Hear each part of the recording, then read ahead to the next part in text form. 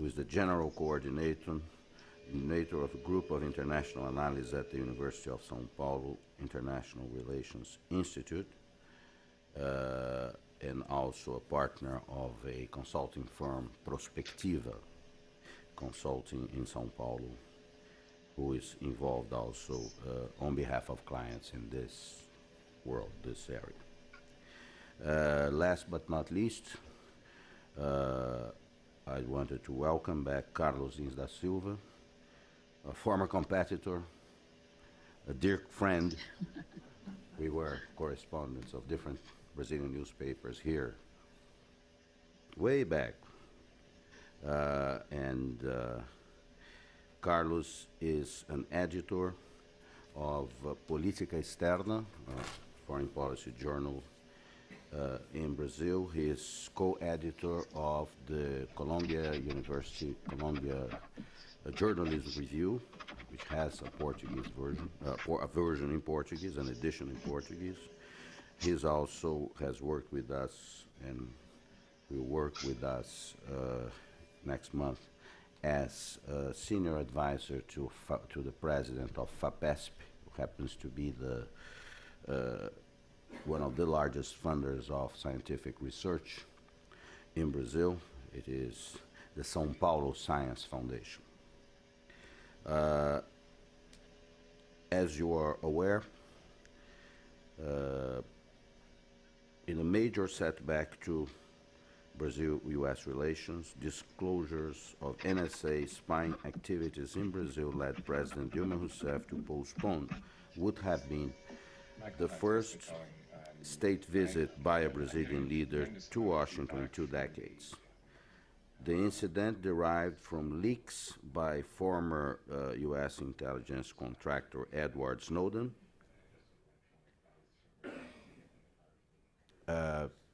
Wesley, you cannot talk on the phone while you are participating in this, huh?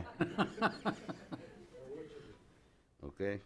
Well, the incident derived from leaks of by Snowden brought issues related to internet security and governance to the forefront of policy debate in the South American nation, with important policy implications.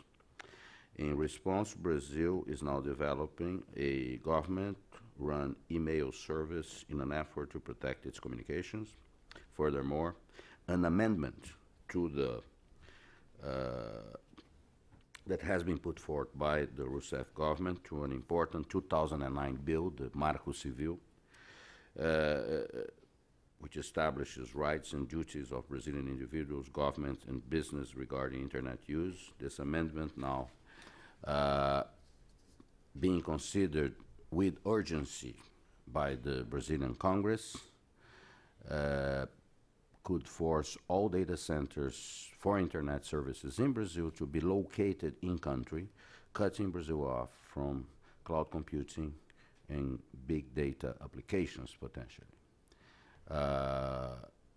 Congress, if nothing changes, has to make a decision by the end of this month. They have to vote, both houses, on this. This is what regime de urgência means. While applauding Brazilian leaders' criticism of mass surveillance by governments of global communication infrastructure, advocates of internet freedom and neutrality warn that such data localization requirements would function as insurmountable barriers to the free flow of information online, hurting not only Brazil's technology sector, but services, manufacturing, and research and development. After asking for a multilateral approach to internet governance in a speech at the United Nations in early October, President Rousseff announced via Twitter that Brazil will convene an international summit of government, industry, civil society, and academic on the top in April 2014. Obviously, we are having this event on the day that would have been the day of President Rousseff's visit to Washington. Since we cannot have her because of what happened, we are going to talk about, the important issues that ended up becoming even more evident due to the reasons that had led her to postpone the visit until a future date, still to be determined. You may have seen that on the website where we have the announcement for this and the invitation for this event, we posted a letter that was sent to selected members of the Brazilian Congress on the data center localization issue. It is a letter signed by some 50 organizations, chambers of commerce, high-tech associations, etc., from a total of, I think, 10 different nations. And we have both, the letter is both in Portuguese and English available at the site. Now, I would like to start, and since Kelly has to leave for a meeting, or that was, she told me initially that she was going to go first, and she's still going to go first, because I think I asked Kelly to sort of frame the issues and for us and be the first speaker. So, and then we will continue in an order that we have already established. And with that, I would like to invite Kelly Mayman to start us off. Obviously, you have the biographies, the biographical notes of all the speakers at your disposal. Kelly, go ahead, dear. Great, Paolo. Thank you so much. Can you hear me okay? Yeah. Okay, perfect. No, thanks for the opportunity. I'll be able to stay with you for about an hour. What I thought I'd try to do, given that we have so many people that are expert on the line, and they're in Washington with respect to internet policy, is maybe just try to put this a bit into the historical context. Just the level of conflict that has come up between Brazil and the United States with the postponement of the state visit and the other strong reactions to the revelations that came out from Snowden. And I think, for me, the biggest takeaways are that, history matters and geopolitics matter. Essentially, the reaction by Brazil to the NSA surveillance issue has been, I think,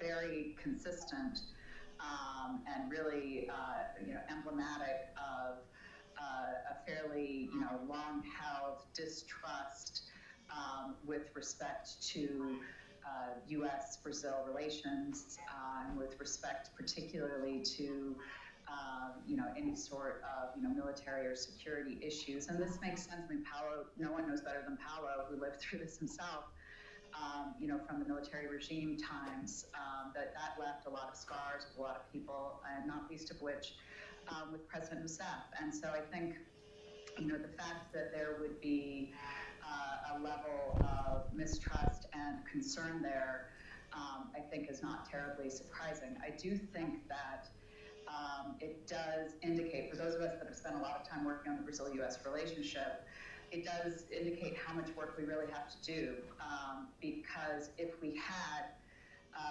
been at a state in our bilateral relationship when these revelations came out, where we were doing more collaboration on defense, where we actually were already sharing more information with each other, and just where there was a bigger level of trust between the countries, I do think that perhaps the reaction would have been a bit more muted and a bit more manageable. And of course, the United States extending the state visit invitation to President Rousseff was designed exactly to try to at least take a first step forward on the path towards building that level of trust with Brazil and putting that level of priority on Brazil, even in a context where with massive movements and dislocations in the Middle East, continuing challenges in Asia from a security standpoint,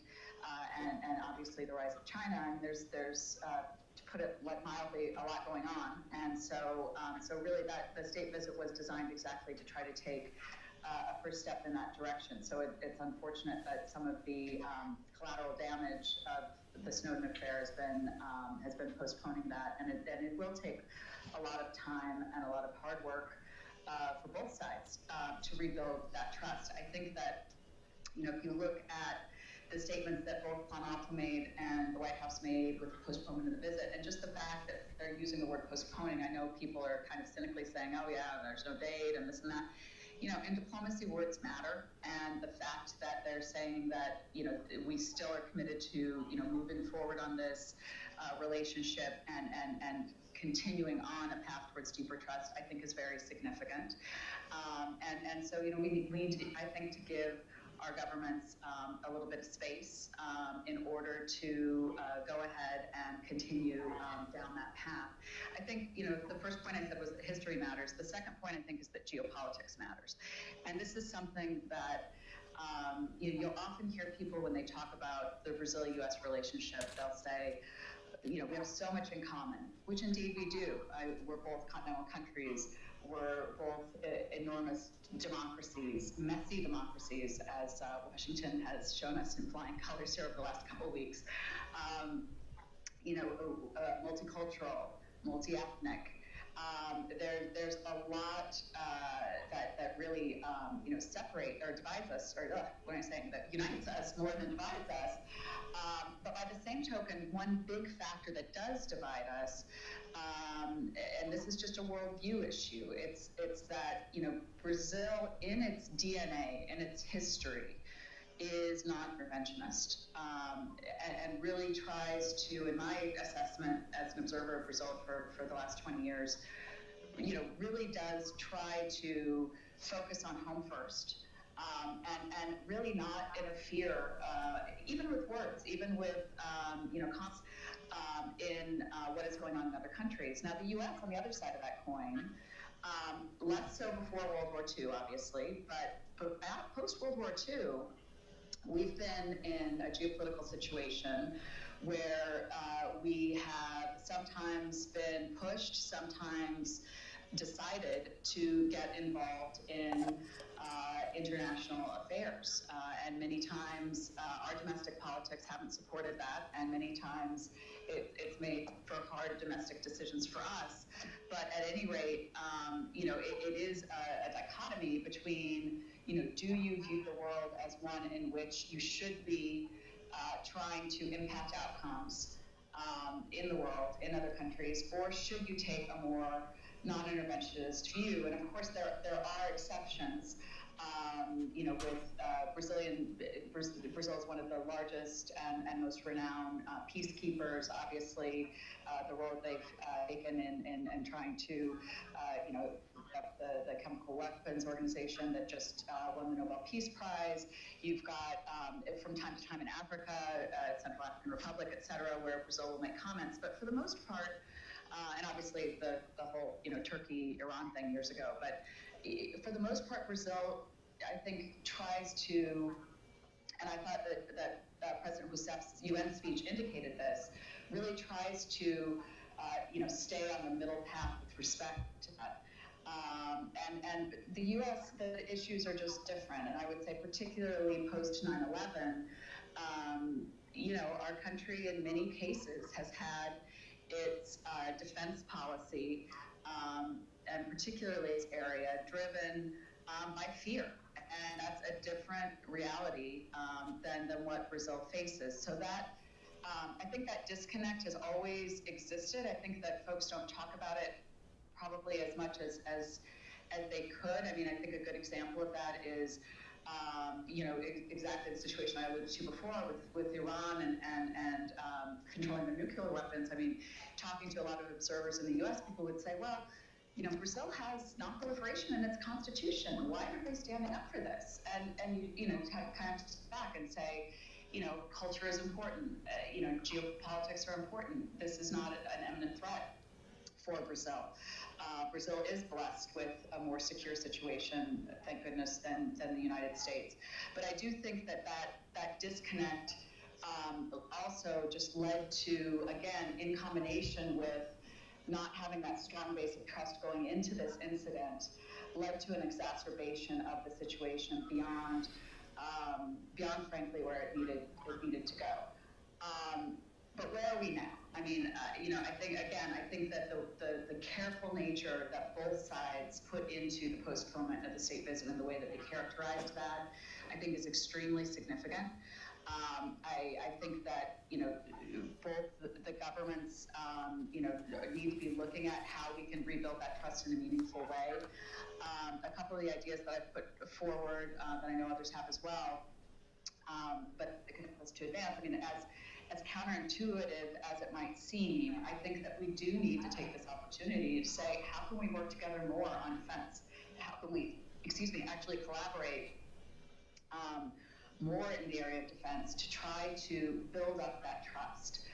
A second area that I would highlight is reforming the Mutual Legal Assistance Treaty, the MLAT. And this is something that I know I've worked on for over a decade, and I know a lot of folks have. And I think that it's very obvious, has been obvious, that our Mutual Legal Assistance Treaty is just not as agile as it needs to be, given the amount of data flows and given the amount of interaction that is happening between Brazilian citizens, businesses, et cetera, and the United States. So I think that taking a strong look at how can we make that work better, how can we allow for the Brazilian judiciary to access the information that is in the United States better in a more agile way to be able to defend Brazilian citizens, I think is a really meaningful exercise that we definitely should consider embarking upon. And then the final point I would make is that as businesses, and as Paolo said, we work at McCarty a lot with various companies that are investing in Brazil. But I think, across the board in every sector, I don't think that, this is a sectoral issue. I think that, we need to be sure that the private sector is doing everything that we can to get the dialogue back on track, to get the relationship back on track. I mean, as we were preparing for the state visit that was to have happened today, quite frankly, a lot of the good stories that, I think could have come out of a state visit today would have been around issues of cross-border investment, cross-border trade, increasingly integrated supply chains.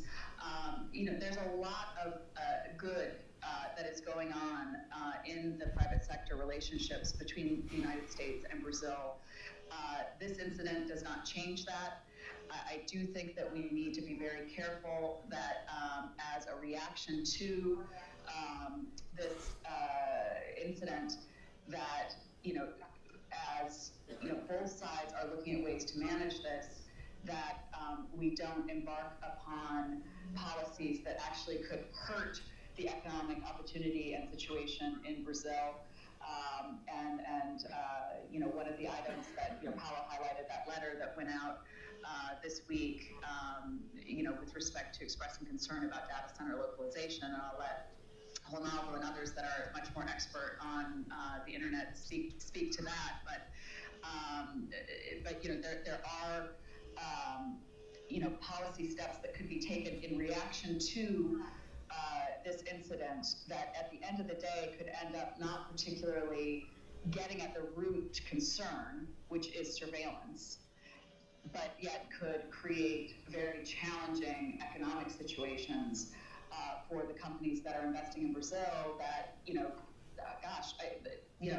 look at how we're doing this chat today. I'm in Seattle, we've got Canada, we've got Brazil, we've got Washington. I mean, everything relies on the internet, no matter what industry it is. I just read a McKinsey study, preparing to talk to you guys here today, and they clearly show that of the economic impacts that the internet brings to an economy, they were looking globally, 75.4% of the economic impact goes to non-internet companies. And why is that? It's because just the way that things work today, if you put a part in a machine or in a Petrobras drill that's out in the middle of the Atlantic Ocean, that piece will talk to the cloud and tell, I need to be repaired, or I'm not working, or, when you, same in factories, this idea of the Internet of Everything, this idea of, piece, parts and supply chain being able to be more efficient, simply by being able to access the enormous computing power of the cloud is something that's it's just real. And so so I do think that, as I said, I think that there are positive steps that both sides, from a governmental perspective, from a private sector perspective, can take to advance the dialogue, to get past this, which we must, and without discounting at any moment the seriousness of the issue and the fact that this issue of surveillance, it is extremely controversial. I think it's something that we here in the United States are really struggling with, is how do you balance civil liberties with security? And I think that that's not unique to the United States. I mean, you've got the same dynamic going on in Canada right now with some civil liberties groups, raising concerns with the Canadian government. We've got a number of U.S. companies that are actually even suing the U.S. government over this issue. And this is something that I think we need to work out together in a multi-stakeholder process, because it is serious. Brazil's concerns are legitimate. And, we absolutely need to try to, given the importance of the relationship, at least in my humble opinion, try to find ways that we can accept the seriousness of it, accept the reasons for the concerns on both sides, and then sit together as equals and try to move forward from it. So I'll leave my comments there. Thank you very much, Kelly. Well, on that note, because I think that one organization that immediately got itself into the debate and actually reached out. I don't know precisely who initiated this, but the fact that the president of ICANN went to Brazil to talk to the president, and it was the ICANN is a multinational, multilateral organization, but it's a multilateral organization not of only governments, but also of companies, of private sector, of civic organizations. So it's a very interesting, it's a much a broader kind of organization. So ICANN got involved, and as a result of the consultations, the President Dilma Rousseff, as I mentioned, announced via Twitter that Brazil will host this major conference on internet governance involving every interested party. And I would invite Jamie to tell a little bit about that, how that developed, and what is the perspective of ICANN to this very controversial issue. Sure. Well, thank you very much for allowing ICANN to be on this podium. To answer your initial question, we reached out to the Brazilian government because the Brazilian government is a leader in multi-stakeholderism.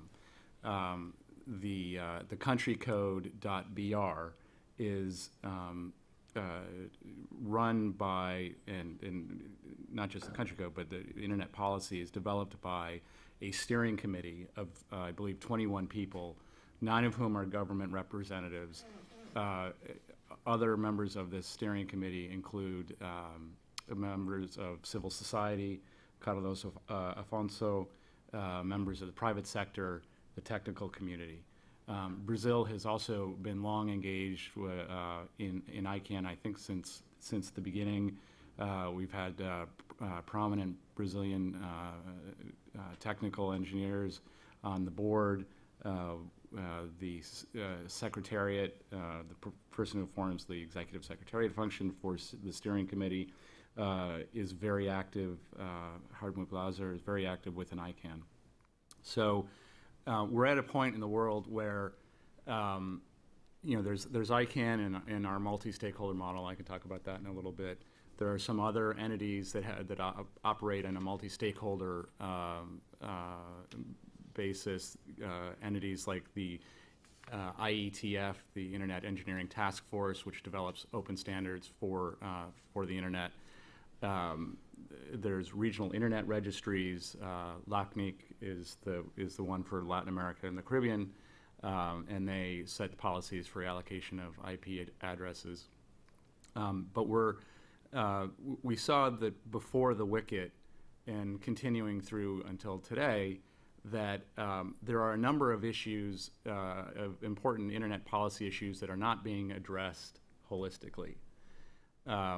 And there are, ICANN has a very narrow remit. We do unique identifiers, names and numbers, the domain name system. IETF does technical standards. Regional Internet Registries, as I said, does IP addressing. But there are other big issues: cybersecurity, privacy, spam, and there's no organization that's really set up. There is like the sort of reflective of the way the internet works. There are a number of informal relationships among informal organizations and people who engage when there's a botnet or when there's a spam problem. But there isn't anything that if I'm a Minister of Communications of a G77 country and I'm facing issues, there's no clear place for me to go to. There's the Internet Governance Forum, which happens internationally once a year, and there's some great discussions there about best practices and issues people are seeing. But if I'm facing a crisis right now, where do I call? That's not clear. Even before the Snowden revelations, it was clear that we had a problem. There were a number of countries that believe very strongly in the multi-stakeholder model because it reflects the architecture of the internet and is credited for the really the success that the internet has been so far. Then there's another group of countries, some of whom don't have the same freedom of expression interests and support that Brazil and the United States have, that wanted a government-only intergovernmental organization structure to develop internet policy. And there's a whole bunch of countries in the middle who are suspicious of the multi-stakeholder model because they see it benefits the U.S. and U.S. companies, and they're not sure why else they should. And they're suspicious of the other side as well.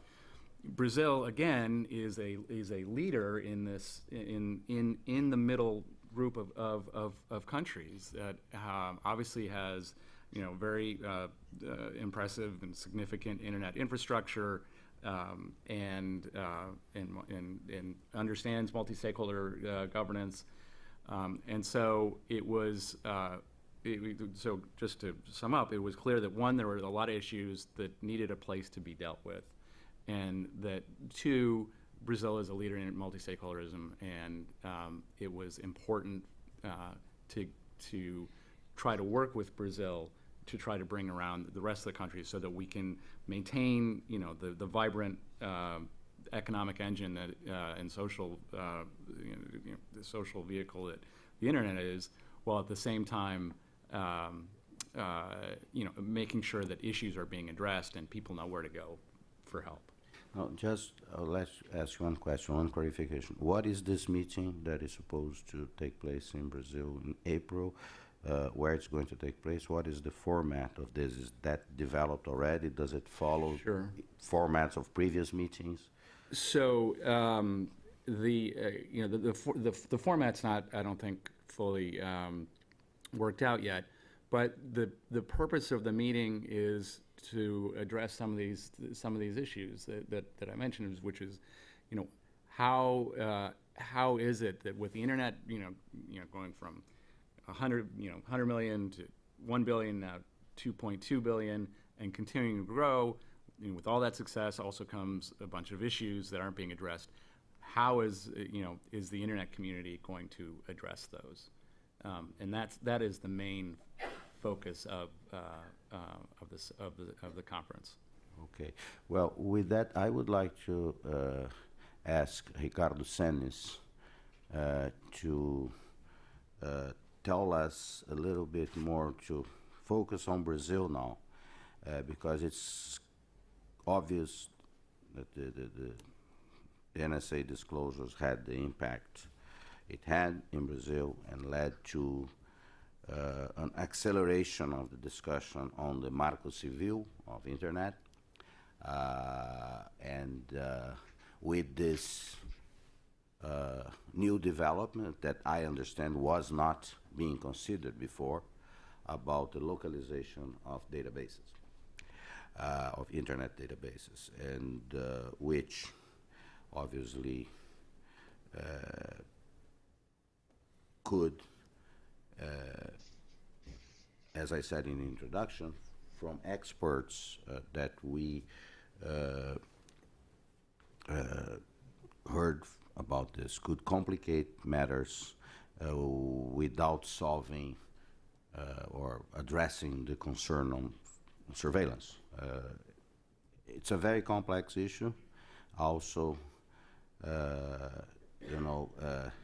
those types of reactions, like proposing that the localization of databases in Brazil with some form of control, is kind of a default position in Brazil. We are a country that was built from the top down, where national policies, state intervention is more the rule than the exception.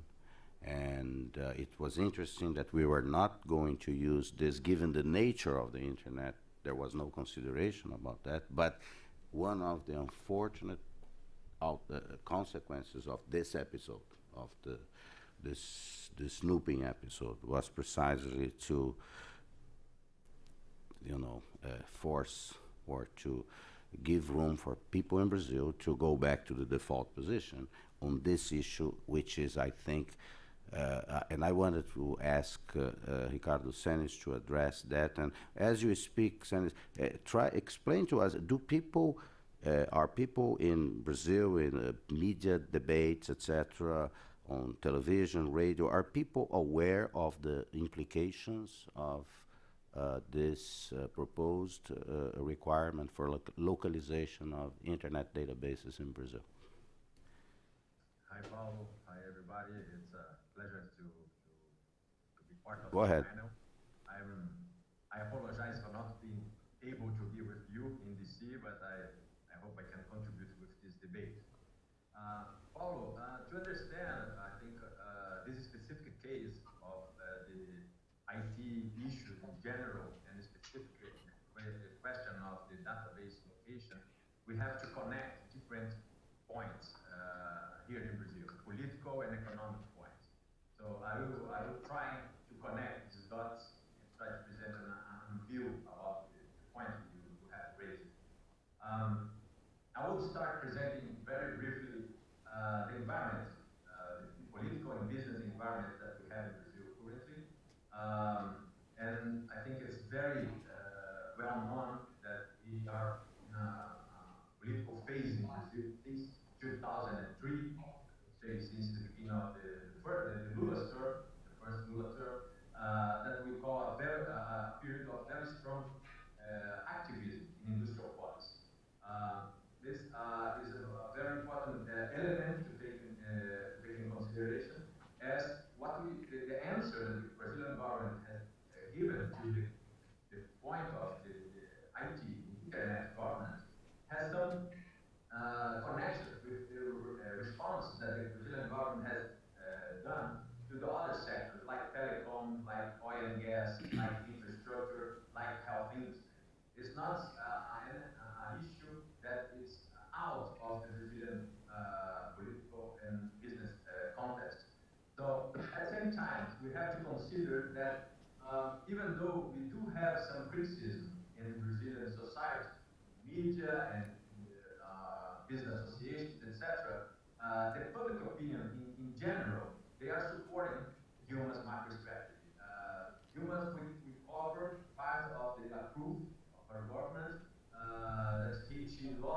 2 months ago, but continue to have a very high level of approval, and Dilma knows how to use this very high public opinion in favor of her in this kind of issue. And finally, we have to remember that the 2014 election has already started. Dilma, in this question, the internet, but also in other issues, has started to give some response for domestic constituencies in the country. Not just inside her party, the Labour Party, the PP, but also in different areas of the Brazilian population. Given that, I would just mention another issue. When you take the industrial policies, in technological policy, innovation policy in Brazil, as I said, we start a very strong effort on industrial and technological policy in Brazil, at least since 2003. We did have something before that, but when the industrial policy really get in the public debate, the political agenda, I would say is in the beginning of the first term. And when you compare, when we start this policy during 2004, 2005, 2006, with the industrial policy that we do have today in Brazil, there is, even though it's the same political party in the federal government, we do have a very important difference. I would say that we start this industrial policy very much focused on innovation and foreign trade. And we were gradually moving towards a perception more, I would say, a priority more focused on domestic production. If we compare the PIC that we call in Brazil, the industrial policy in the beginning of the Lula's, first Lula's term, with what we have today in Brazil Maior, the greater Brazilian plan, this is very clear. Now, the focus is very much domestic production. So, back to the issue of the ITC, we have to remember that also the question of internet governance in Brazil is not new. Just to take an example, during the Lula's term, Brazil proposed that the UN should regulate internet globally. At that time, we got the support of China for this issue. So at the same time, the Brazilian government was advocating in favor of what we call the open source technologies on IT and internet.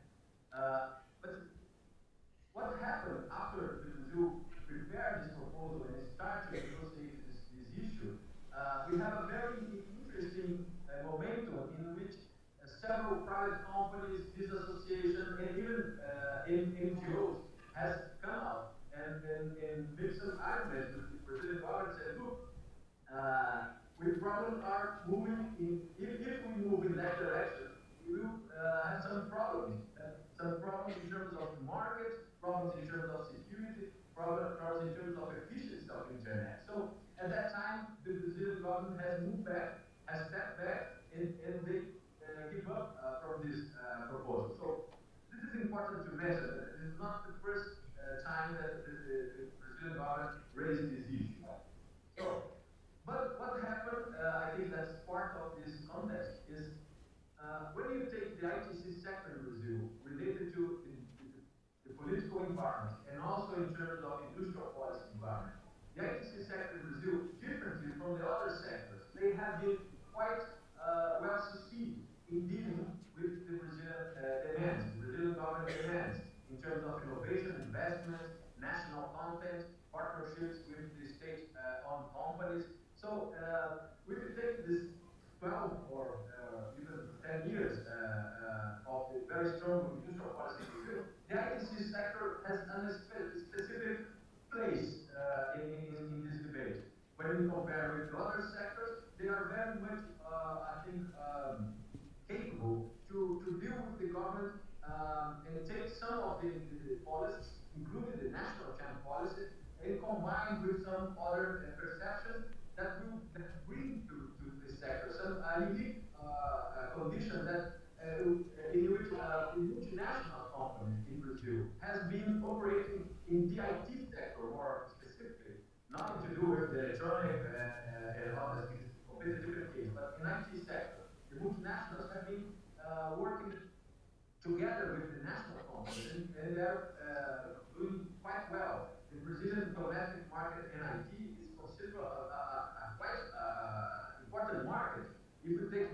IT market in 2002 is about $123 billion. If you take the ITC, that means IT with the communication sector, we are talking about $233 billion. So it's a very important market.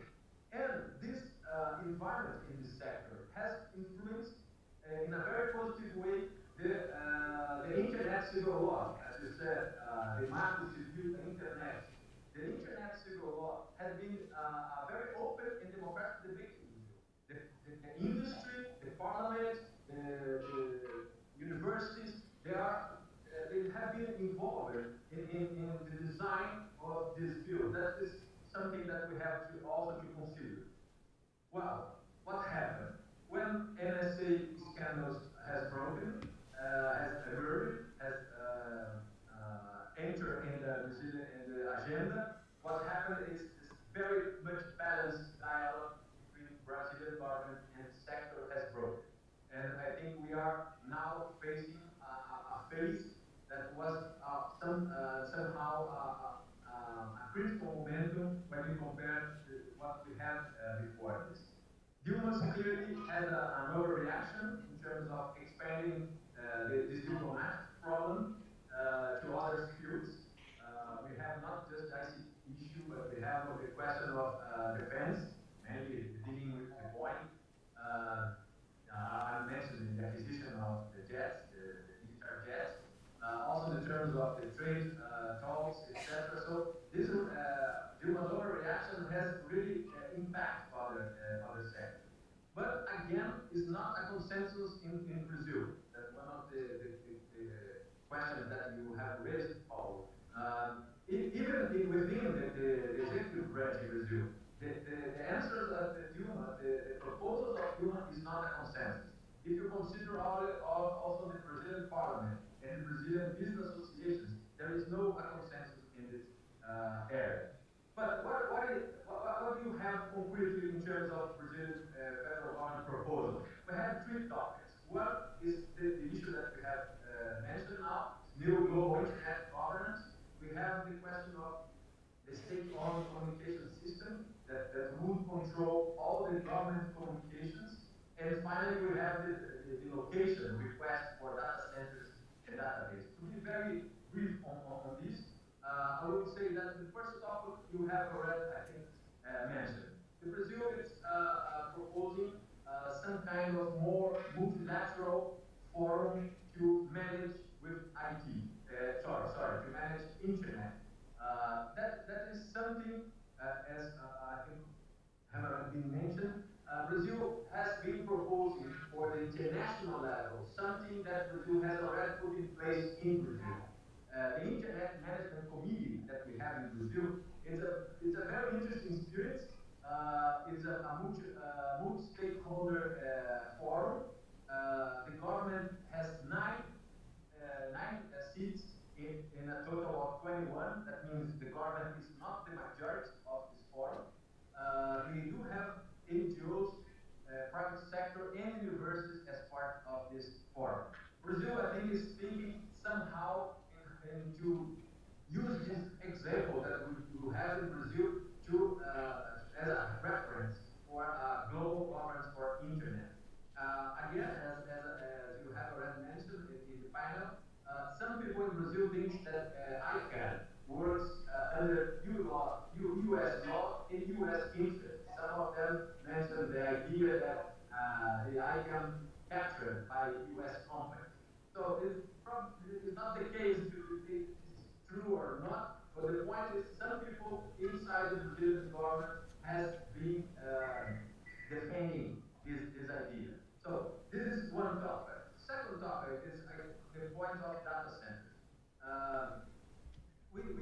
Brazilian government took some topics for this proposal from the European Union Privacy Directive. They took some of these arguments from the European case and brought to Brazil and put this in the agenda. Of course, this is, I think, it's the most sensitive issue that the federal government has been proposing. The Brazilian market has been reacting very strongly on this issue. instance, the letter that Paulo has mentioned in the beginning of the seminar, this letter from several different business associations to the Brazilian government includes one of the Brazilian Business Association on IT, ABS, ABAS. This business association is very important in Brazil. They also signed this letter for the Brazilian market. So this topic wasn't part of the macro civil internet view. That means all the debates that we have been having in Brazil towards this proposal to a new regulation for domestic regulation for internet, they didn't mention the topic of location request for data centers. So this is something that Dilma is dealing with the specific representative that is managing this view in the Congress. So this is something new. And finally, we have the third topic, that is the answer of Dilma to the question of spying and all the risks of being spying was they demand for Serpro. Serpro is a state-owned IT company. They are quite a good company. They are not experts on communication systems, but they are very well recognized as an IT company to design some specific software and systems. One of the examples is the revenue service system in Brazil. I don't know if the audience knows, but in Brazil you have 100% of the revenue service by internet in Brazil. You don't have here a paper documents for revenue service. It's 100% internet based. This system is made by Serpro. That means they do have a high level of capacity in terms of technology and security, but they are not experts on communications. So when you take the issue of government communications and security related to government communications, we had in Brazil 5-6 years ago a specific phase on this that was included in the Brazilian defense plan. In the Brazilian defense plan, we do have one topic that was how Brazil was threatened by internet potential attack to Brazilian core strategic interests. So, but at that time, we didn't raise money to foster this idea, to implement a more secure government communication system. But this was part, not the industrial policy, nothing to do with a response to internet. This was an issue related to defense plan, something completely different to comparing what we have today. Finally, I would say to conclude my presentation, we can expect that IT and internet is now part of Brazilian political agenda, for the good and for the bad. This will depend how the Brazilian society, the NGOs, the universities, the company will be able to manage all the demands from the government in terms of security, etc. We can expect a more nationalist approach to this sector. So now we have a different standard when we compare a different platform, I would say, in terms of debating industrial policy. When we compare 6 months ago, then we have a much more flexible environment to debate industrial policy in Brazil. Now I think we have more nationalist approach. Dilma, as you probably know also, Dilma is very weak in terms of international presence, mainly when you compare with Lula and Henrique Cardoso. And now, probably the internet, global government, can be a platform for her in this stance. So now this is another potential trend for future scenario. And finally, I would say that even though we have this is three very hot topics in the Brazilian IT agenda, we still have room, we still have space to debate all these issues, both directly with the federal government, to the parliament. The Brazilian parliament in this issue is very much engaged on all these topics, and also through the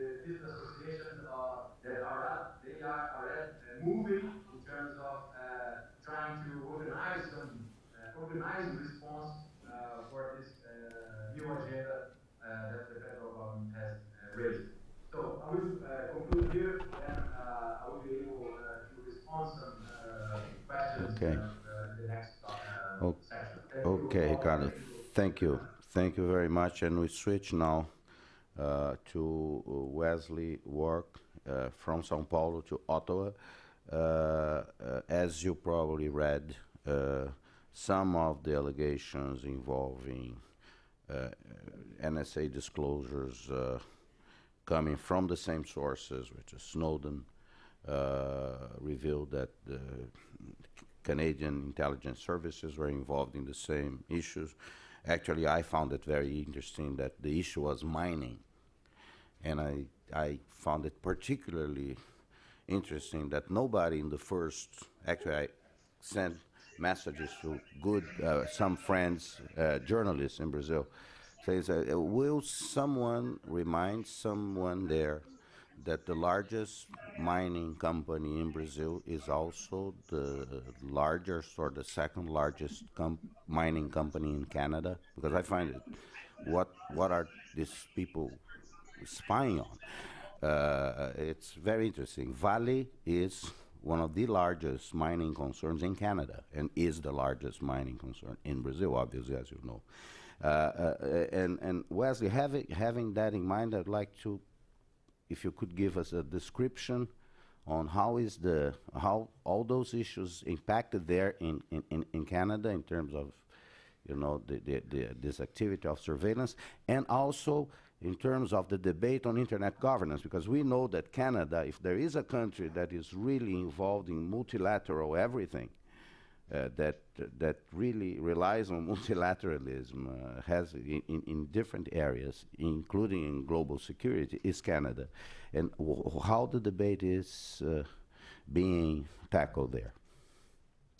Well, thanks very much, and I'm also very glad to be part of this extraordinary conversation coming from many directions. Greetings from the north. In the few minutes I have, just to kind of portray the Canadian reaction to this story, and as well talk a little bit about the implications for cybersecurity and global governance of the internet. I want to begin by saying that I think it's interesting that the Canadian reaction, and by that I mean both the government and societal reaction to this Edward Snowden-generated story about international intelligence gathering conducted against Brazil. The Canadian reaction has been very different, I gather, from the Brazilian one. And perhaps that's understandable insofar as Canada is one of the aggressors, if you like, in this story, and Brazil is a target. But nevertheless, it strikes me that there may be something missing in the Canadian reaction, and something slightly, in the Brazilian reaction, and something potentially even off focus. So the Canadian reaction to this story has been one really in a way of puzzlement, and not because we are multilateral good guys and knights in the international sector, but genuine puzzlement about why Canada would be spying on Brazil, and why Canada in particular would use one of its major intelligence agencies called the Communications and Security Establishment Canada to devote resources to a kind of reconnaissance mission against a Brazilian government department, the Department of Energy and Mines. Some people jumped to conclusions about that, which I think were wrong. But where this debate has gone in Canada has really been less about local governance of the internet and more about what I think is the central issue, that is spying and how it might be kept under reasonable control. And from a Canadian perspective, I think concerns are twofold. First of all, why was Canada spying on Brazil at all? We regard ourselves as, of course, economic competitors, but friendly partners in the Western Hemisphere. We have good relations generally with Brazil. We're currently sharing a peacekeeping mission and aid mission in Brazil. And we certainly don't think of Brazil as an intelligence target. So why were we doing this? This has raised questions in Canada about the political control of intelligence agencies, that is, who authorized such an intelligence mission. It's raised questions about Canada's relationship with its intelligence partner, the United States. And it's also raised questions, as I think Kelly referred to in her opening remarks, about legality. So the Canadian government has now found itself faced with its first ever lawsuit against our Signals Intelligence Agency a lawsuit launched by the British Columbia Civil Liberties Association, which is a small but hard-hitting organization, which argues that what Canada is doing in its intelligence gathering is actually illegal and in breach of our Charter of Rights, or what you would understand as our Bill of Rights. So this is all generated an unusual debate in Canada about intelligence and what is permissible and what is legal in the world of intelligence. And I raised the question with my Brazilian counterparts as to the extent to which similar questions have been asked in Brazil in terms of not just what is being done to Brazil, but what Brazil does itself in terms of the intelligence field and what controls it puts itself around intelligence gathering activities, because I think this is key to the debate and certainly key to issues of cybersecurity. I wanted to just explain for a minute about the Communications Security Establishment of Canada, because this is a player in the story. It's a partner to the National Security Agency, which we've all heard about. I think most Canadians have never heard about the Communications Security Establishment Canada, but it's been around for a long time. It was created in 1946. It's one of our major intelligence agencies. It has a foreign intelligence gathering mandate, and it does electronic communications in partnership with the National Security Agency and with a small club of intelligence powers called the Five Eyes Partnership, which links Canada to the United States, to Britain, and to Australia, and often to New Zealand when New Zealand is behaving itself politically. It's really the Five Eyes partnership, I think, that was involved in this Brazilian intelligence gathering episode that Edward Snowden has revealed. Clearly, the National Security Agency, the United States agency, was the lead player here, but other Five Eyes partners might well have been involved, and Canada clearly was involved. One thing to understand about the Five Eyes partnership is that it is engaged not only in intelligence sharing among its members, it's engaged in a lot of technological sharing among its members. Canada got its first supercomputers through the Five Eyes partnership, but it's also burden sharing organizations. So the general and conventional wisdom, I think, now is that Canada was spying on Brazil, not because anyone in the Canadian government said we must spy on Brazil, but we found ourselves spying on Brazil because of this larger intelligence alliance relationship we were in, which again raises questions about the limits and political control over intelligence. What these revelations about intelligence gathering in Brazil really point to is, I think, an important distinction that needs to be made and is going to be central, I think, to issues of internet governance and cybersecurity. An important distinction between economic intelligence gathering and industrial spying. And people may think this is a distinction without a difference, but in fact it's a major distinction, and it's embedded in a historical context. When I say economic intelligence gathering, I suggest to you that most states, and certainly most large states in the global community, conduct from time to time economic intelligence gathering using their intelligence systems or other agencies of government like development agencies and foreign policy arms. Economic intelligence gathering is an effort on the part of governments to acquire economic knowledge about foreign states, whether friends or enemies. It's part of international intelligence. It's long been part of international intelligence. And it's generally regarded by governments as legitimate. And there's certainly no international laws to prevent it, and no international norms that say it is bad or wrong to do. The distinction here is that when we're talking about economic intelligence gathering by governments, and particularly in a democratic setting, we're talking about intelligence gathering by government agencies, acquiring information that is to be used only by governments, in theory, for the purposes of applying that to economic and other policy matters. The distinction between economic intelligence gathering and industrial spying is this. Industrial spying can be conducted by many different actors, both state actors and non-state actors. But when we're talking about industrial spying, we're really talking about, from the government perspective, we're talking about using government intelligence agencies to acquire clandestinely information that will be then passed to the private sector for the competitive advantage of companies in one's own country. And the suspicion in Canada, of course, is this is exactly what happened in the Brazilian episode, or was what was meant to happen. The reality, I think, is very different. There was no such passage of information intended or achieved. And there is, in fact, a high wall between government economic intelligence gathering and the private sector.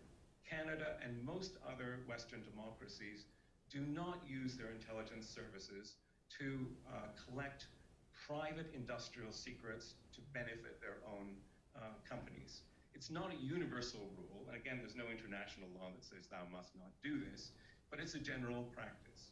There's lots of industrial espionage out there. Sometimes it's state-sponsored, particularly by countries that have command and control economies, like China, like Russia. But for most, if you like, capitalist economies, it doesn't make a lot of sense for the government to use its intelligence resources to benefit the private sector. There are not ways to do this. There are not good reasons to do this.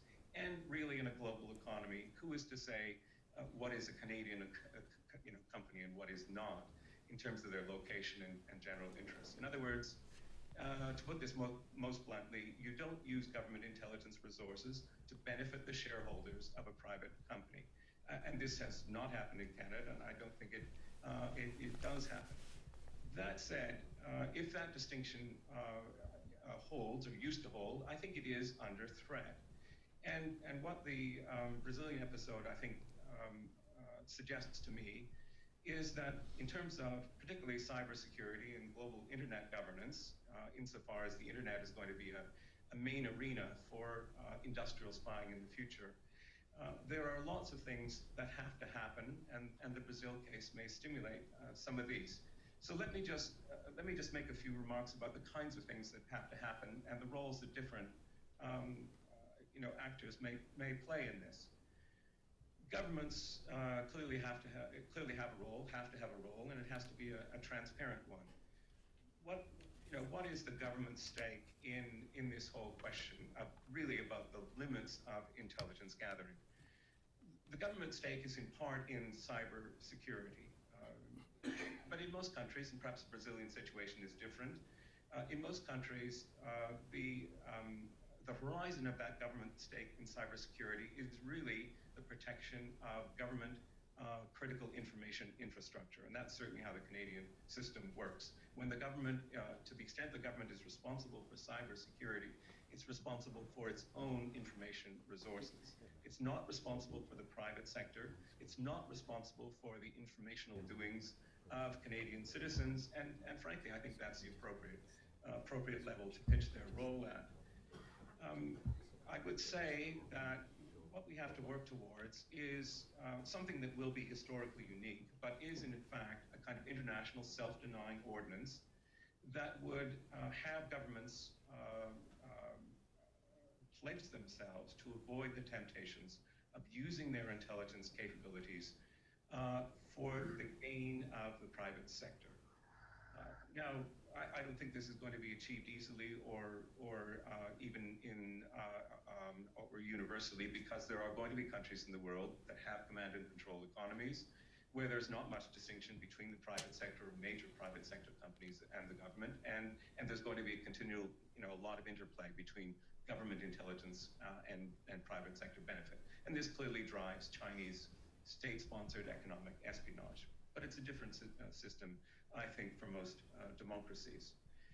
So I think we're going to have a global debate really about the limits on the use of government intelligence capabilities, a kind of global debate which we've never had before, and so it'll be a new debate and a slow-moving one. There is a private sector role here, and I would describe this private sector role in two ways. One is that the private sector itself, in whatever economy and societal setting we're talking about, has to take the lead in securing its own informational resources and communications, and this is clearly in its own interest.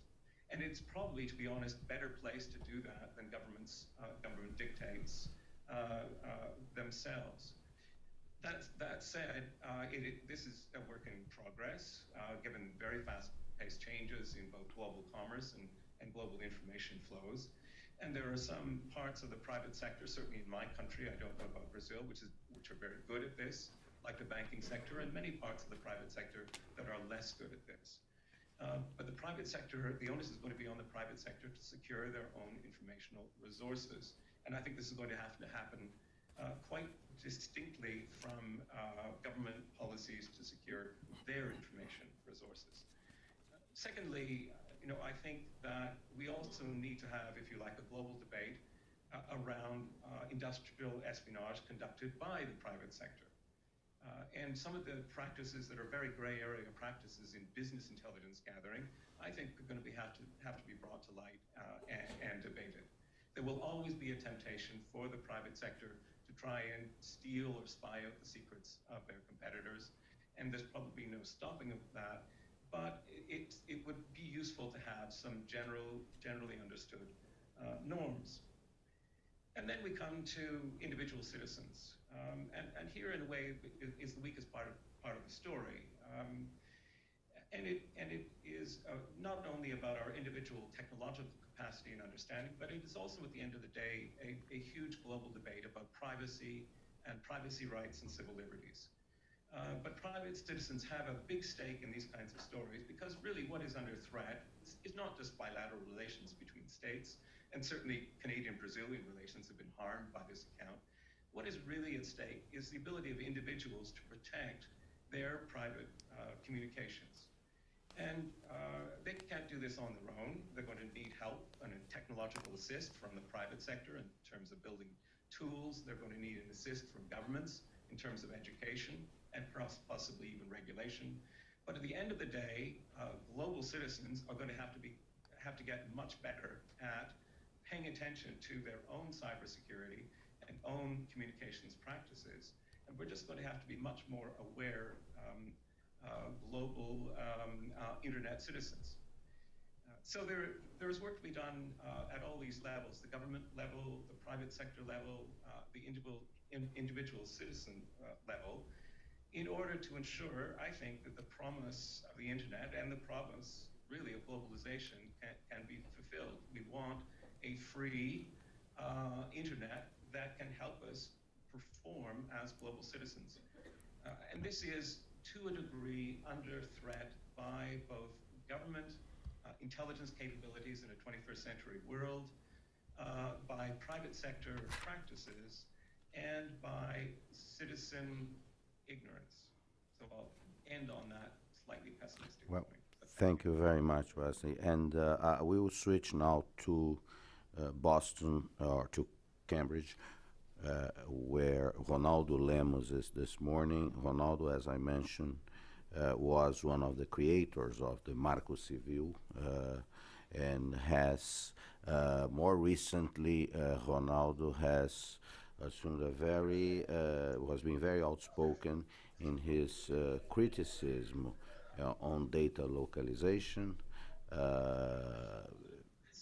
He wrote recently an article in a magazine in Brazil about this, and so we are switching back to the Brazil Internet regulatory framework. And Ronaldo, please go ahead and give us your perception of what's going on in Brazil, where this bill is headed, what are the chances of really the new law to be adopted to require databases localization in Brazil. What are the implications? Okay, very good. Well, thank you very much. I'm sorry I cannot be there because I'm at a MIT Media Lab meeting at the moment. But very quickly, I would like just to say that the overall response... Can you hold just a second? I'm sorry.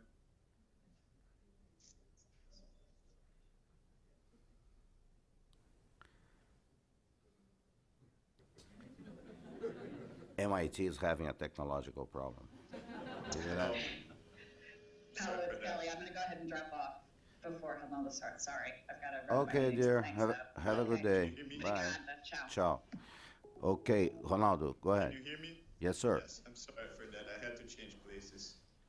So basically, what I was saying is that the overall reaction in Brazil regarding the Espionage Act has changed a lot the technology policy that actually the government has been discussing for regulating the internet. So basically, one of the consequences of the espionage allegations is basically that the Marco Civil bill, which is a civil rights legislation that had been built since 2008, especially on the demand of the Brazilian society in order to protect privacy rights, to protect safe harbors for intermediaries, and also to deal with open government. It has been subject to amendments in order actually to make it more adequate in political terms in order to respond to the espionage. So basically, the government, unfortunately, has included this amendment in which there is a provision that is forthcoming to the bill that basically says that data centers will have to be installed in Brazil in order to render services to Brazilians. So basically, this is a very complicated situation because the number one thing is how do you actually prove that someone is a Brazilian? How do you establish nationality online? So people are actually asking whether they will have to show their passports to go online in Brazil because basically establishing nationality is something impossible to be made. But it goes beyond that because this idea of forced localization has also an implication regarding infrastructure. So for instance, if you want to attract that data centers, what you have to do is basically reinforce your infrastructure, build internet exchange points, build a better network, build a business environment that is actually more attractive, build a regulatory environment that is more attractive. And these things, not all of them are actually available in Brazil. So basically, one of the bottlenecks for data centers in Brazil is the issue of electricity. You have to think about a data center almost as like a wholesale distributor storage facility. So basically, if you want to build a wholesale storage, you have to do that close to railroads, you have to do that close to roads, and that's how a data center you would be. So if you put a data center in Brazil without having the proper avenues for the data to be circulated and also for the data to be distributed, the electricity and so on, you will have like huge bottlenecks and you break with this idea of efficiency in terms of how do you implement a data center.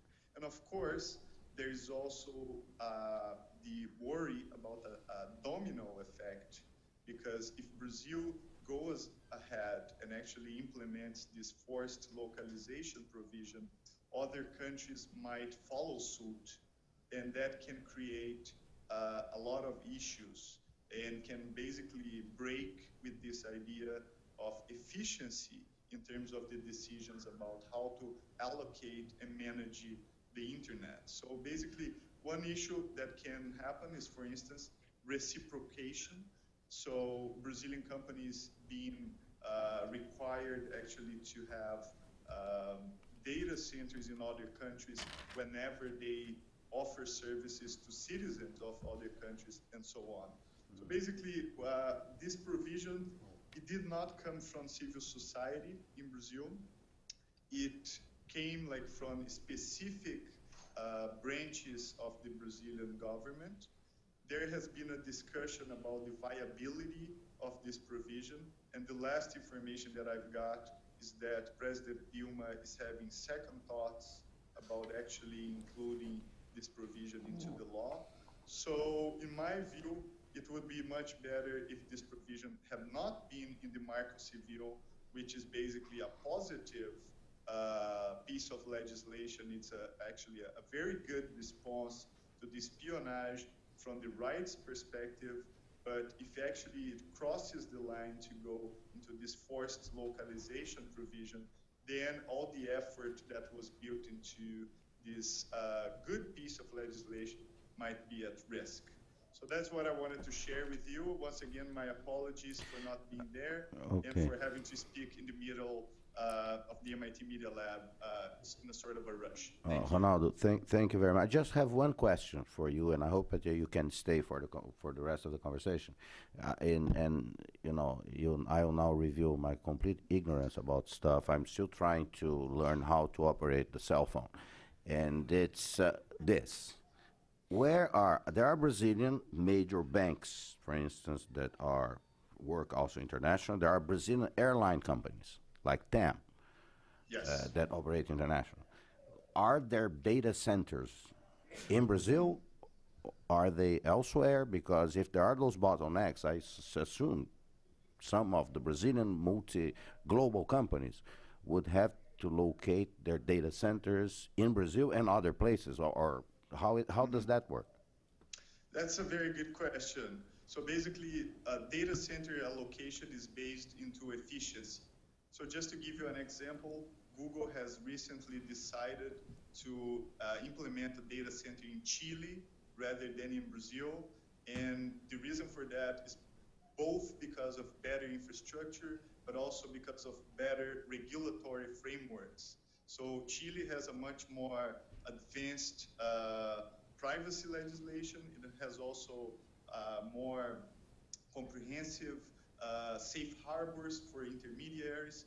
So any company, when you're thinking about why and how you should allocate your data centers, you will take into account issues like infrastructure and the regulatory environment. So this is an economic competition. Of course, countries want to attract data centers as much as they can, because that implies investment and also jobs. But the way to do that is definitely to invest both in better regulation and in better infrastructure, and not simply compel companies to actually force the localization of the centers in Brazil. Okay, thank you very much. I'm going now to turn for our final speaker, Carlos Lins da Silva, who I failed to mention initially. I wanted just you to know he is a former scholar here at the Wilson Center, where he worked and wrote about Brazilian media, and he is one of the first Woodrow Wilson Global Fellows. We have now at the Wilson Center non-resident fellows, and we have the pleasure of welcoming Carlos back here as a Global Fellow for the link to the Brazil Institute. The other one is Marita Kochweiser, who works on environmental issues with us. But with that, I would like to ask Carlos to kind of try to summarize what you, as a very astute political observer in Brazil and analyst, what are the important points on this debate as far as internally in Brazil, a country that knows, we all know in Brazil, that is working to improve its competitiveness, its productivity, its international inclusion, and obviously this issue is fundamental, and also to, has this been part of the conversation in Brazil, in media, etc.? Carlos. Thank you very much, Paulo. It's always a pleasure to be back at the Wilson Center. And thank you to all the previous speakers. I have learned today a lot, much more than I usually learn in a common day. And very useful. Thank you. I would like to start saying that this internet governance is a big opportunity for President Rousseff, and I think that she perceived that very fast, and she's seizing the opportunity. And the opportunity is to become, for the first time in her 3 years and a half, almost 3 years of government, to become a global personality, as Ricardo Senes initially said, and I would like to stress and elaborate a little more on this. President Rousseff has been a big disappointment in the international arena. It seems that she doesn't like international affairs, and she didn't have any initiative that was significant in the international arena.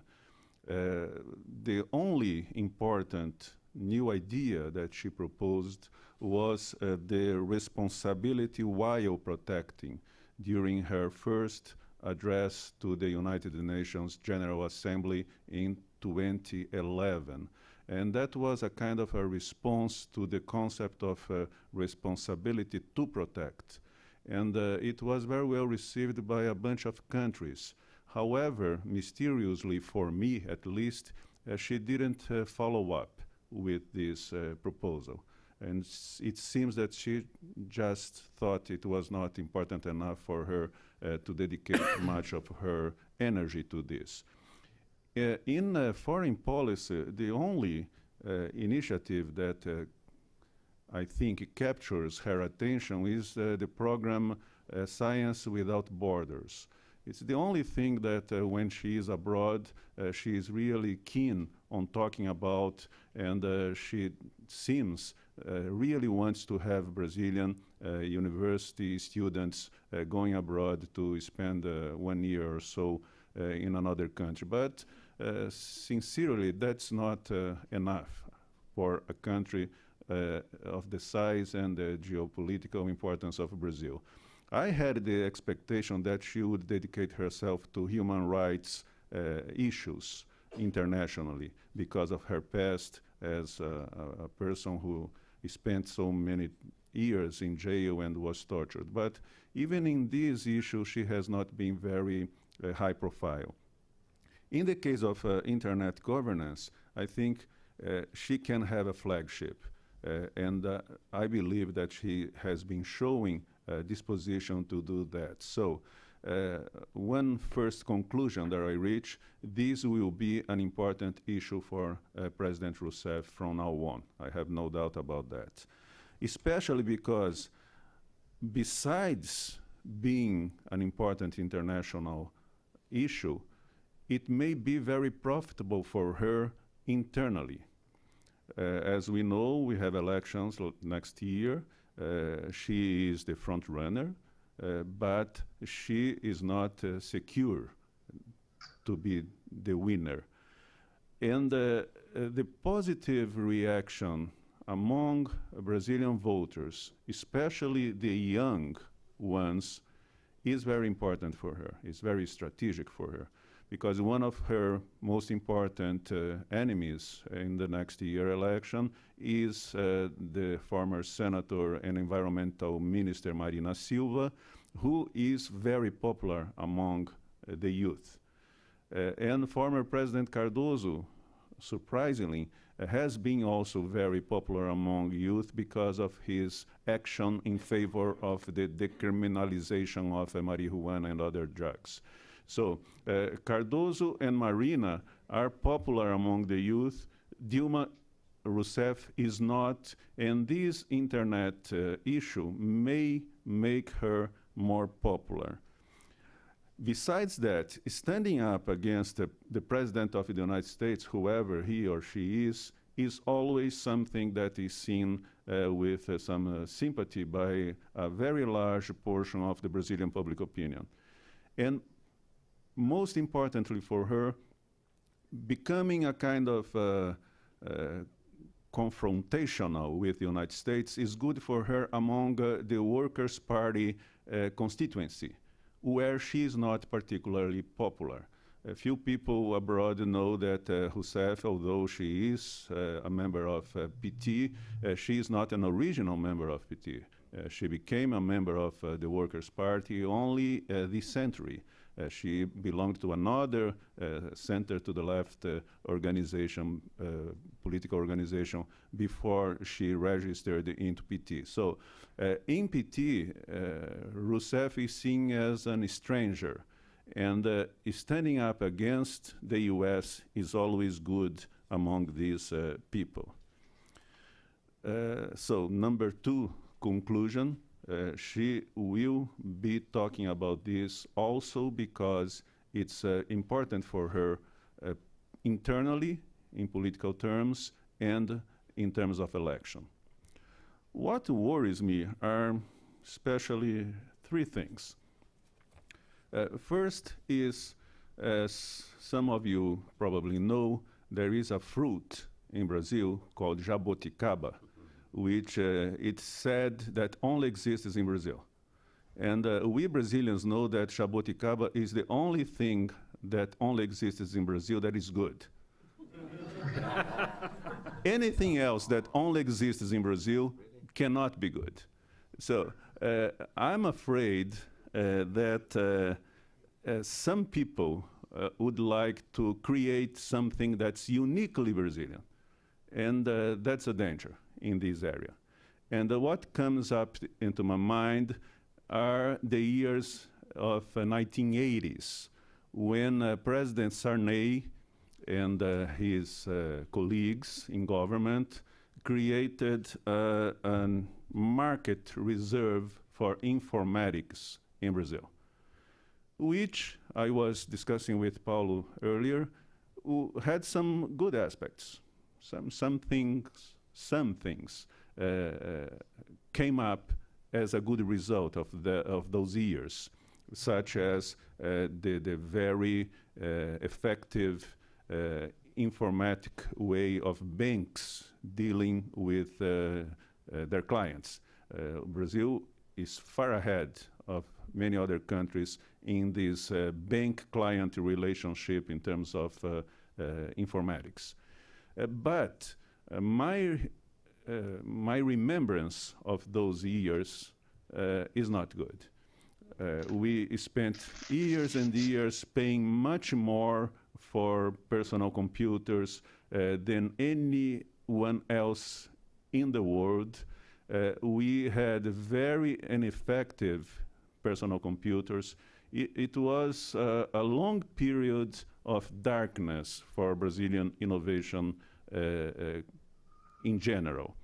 And one of the leaders of that concept, if I'm not wrong, correct me if I am, please, Paulo, was Luciano Coutinho, who is now the president of BNDES, Brazilian Exim Bank. And everybody says is one of the people President Rousseff mostly listens to in economic issues. And of course, in 30 years, I have changed a lot, and many people have changed a lot, but I don't think Mr. Coutinho has changed a lot, because as president of BNDES, he now, some years ago, invented the concept of the domestic giants, the Brazilian champions, that's right.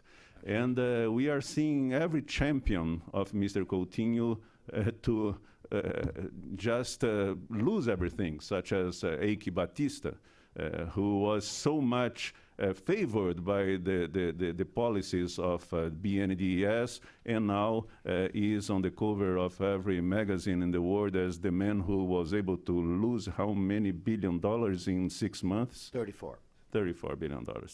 So I'm concerned with this possibility of President Rousseff and Mr. Coutinho and others trying to invent a Brazilian jaboticaba in the internet governance. Another thing that worries me, but not as much, is the possibility of Brazil getting along better than I would like to with countries like China and Russia. I don't think it's a real danger, but there is a chance that China and Russia and Brazil decide to do something in this area together. And in other areas, there is now talk that Brazil could be purchasing some fighters from Russia, and this kind of alignment of Brazil with these two countries specifically are a reason of concern to me, but not very much. I think that Brazilians, and especially Brazilian diplomats, are very pragmatic, and they know how to sort out whom to become friends with.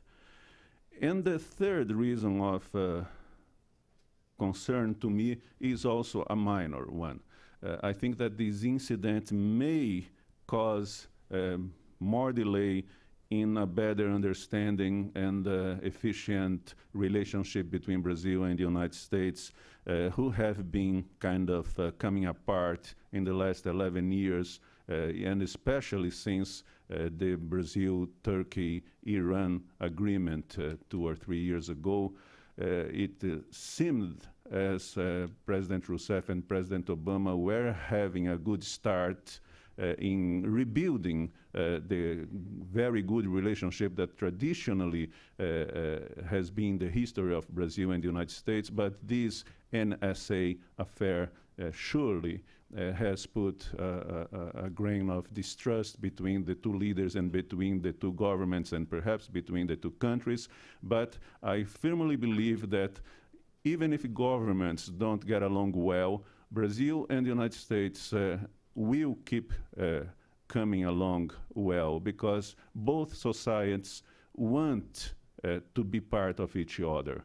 And the number of Brazilians coming to the States, Americans going to Brazil, companies of Brazil operating here, American companies operating there, I think this is the most important thing. It will keep growing even if governments do not get along. But of course, if governments could get along, it would be much better for everyone. Thank you, Carlos. I wanted to just a clarification. Luciano Coutinho was the Secretary General, Deputy Minister of Science and Technology under Renato Archer, José Sarney, when the law of informatics was enacted.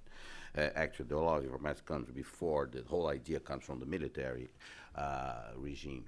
The other aspect of this that he mentioned, there is one area where it worked very well, was banking. Actually, I remember when I arrived here in 1980, we already had in Brazil ATM machines, and they didn't exist in the United States. The reason we were so smart was not because we are particularly smart, which we also are, but it is because of hyperinflation.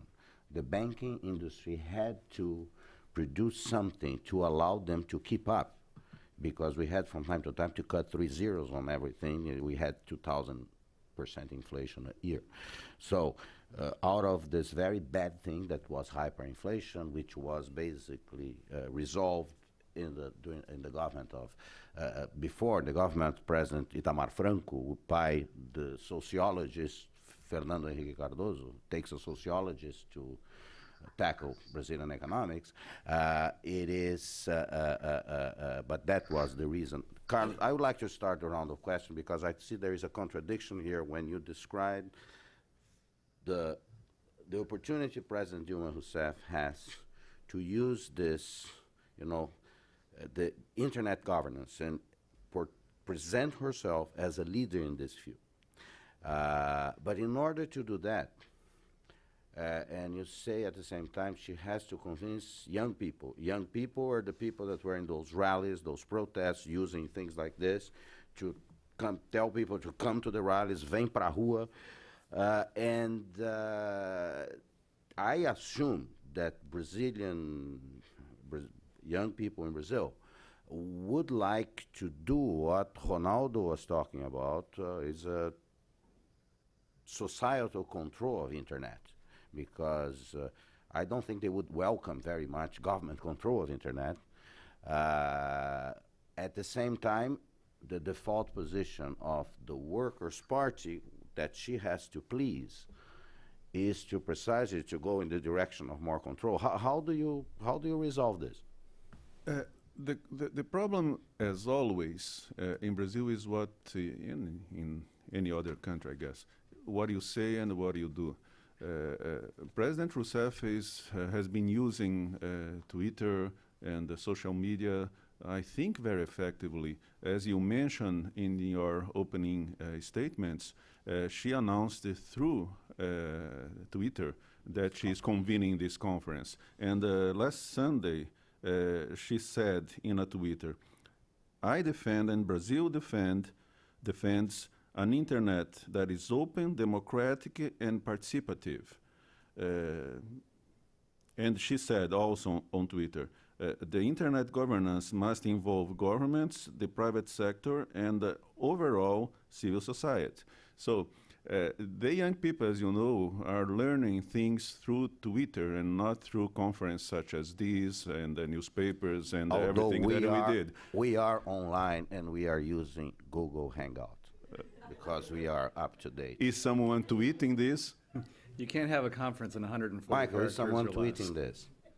Yes? Yes, good. So See, we are up being there. listened. We are in the 22nd century already. So her discourse is aligned with the expectations of young people. If she will do that is another issue. And if the young people will understand that she's doing something differently from what she's saying, it's also another question. Well, thank you.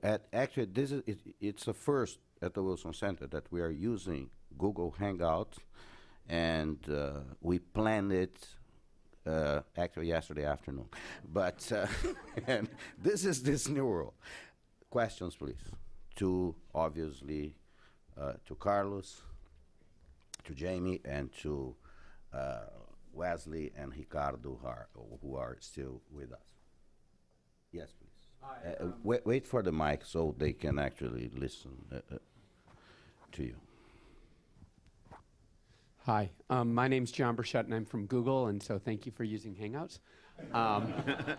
Do you have to pay for this? Or? No, it's all free. Oh, wonderful. All No, free. they have to pay you because you are doing a merchandising, fantastic merchandising. Talk to Michael after this. I have a lot of questions, and this has been excellent, but if I could get two of them. One is President Rousseff's offer of doing a conference and taking leadership on this, is she actually backing off her support for the ITU taking over the internet governance? And should we consider that to be a significant movement? Second question, and I think the gentleman might be somebody said they thought that she's losing interests possibly in data localization as part of this whole effort. So if anyone can answer either one of those. Ronaldo is not there. You know what he's referring to, the ITU, actually. Carlos and I used to carry a card, a little booklet, actually, of the ITU, the International Communications Union. When you use telex. Telex. You had to go to the post office in Paris or in Lisbon. Which should say it all. Yeah, and telex. Telex is a telegraph, a glorified telegraph. And we had, so there was international governance of telegraph and telex, but the internet seems to be another animal. But what do you... I don't know how to answer this question. Perhaps Ronaldo does. If President Rousseff would back off from the ITU governance, is that right? Well, it sort of sounds like in her statements that she has offered some type of a conference and offered to sort of be the key negotiator to do a third way. Maybe. Yeah, what she has been saying, and I think she said something like that at the UN, is that the present governance is dominated by the United States, and that's not possible. So I think she's launching a proposal to form a new framework, or I don't know if a new body, a new organization, but where, from her standpoint of view, more countries would be taking decisions other than only the United States. That's her vision. That's what I'm sure she has been proposing. If this will happen under the umbrella of ITU, or under the umbrella of a new organization, or under the umbrella of the UN, I don't think it's already explicitly said, but I'm not a specialist in this area. Well, let's hear from Jamie, and then I would like to hear also from Wesley and Ricardo Senes. Yes.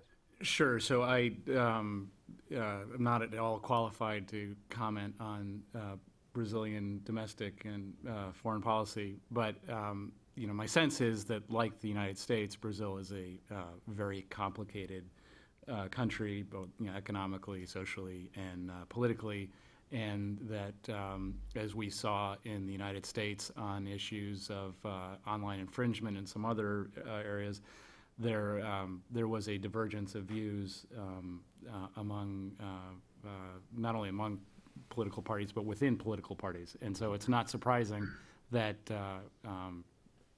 there isn't clarity on this right now. Yeah, and I happen to know that President Dilma's general counsel, who... Oh, may I try to answer this question? Yeah, just one information. President Dilma's general counsel worked for Google until he joined this position. So people are informed about these issues. There's no ignorance about what is at stake.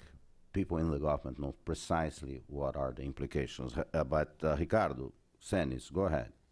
Yeah, by coincidence, yesterday I was in a meeting with the Brazilian Foreign Affairs Ministry.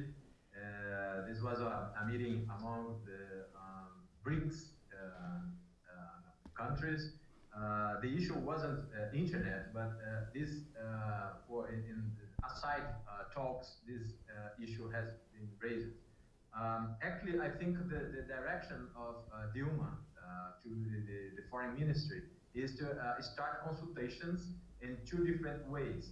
One, that's the traditional way, that means it's more or less the same proposal that Lula made in 2003 and 2004, that was internet governance through a United Nations forum.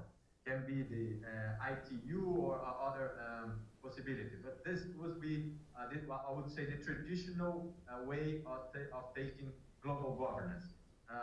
Of course, this proposal, this direction has been presenting a lot of resistance, including domestically, mainly from the private sector. The private sector is very much afraid that this kind of governance will affect very much the participation of Brazil in internet market globally. So the resistance for this proposal is very high domestically.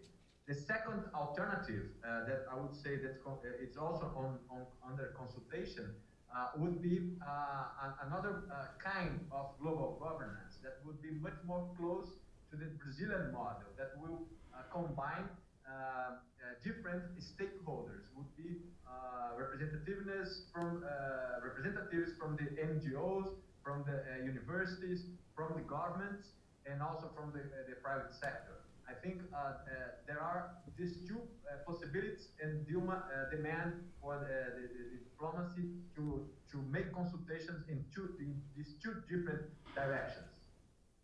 Okay, now just one thing that I kind of knew that, but I was talking to Professor Google here to instruct me about the ITU, which has now 193 governments and 700 private sector entities and academic institutions. Obviously, the ITU assigns the location. It's about radio, so they assign the location in the radio spectrum. That's why they were created. Obviously, there is no such thing on the internet, right? There is, technically. Can you explain the governance issue? Because, for instance, as the organization that assign names and numbers, right? What can be regulated, if anything, in terms of internet?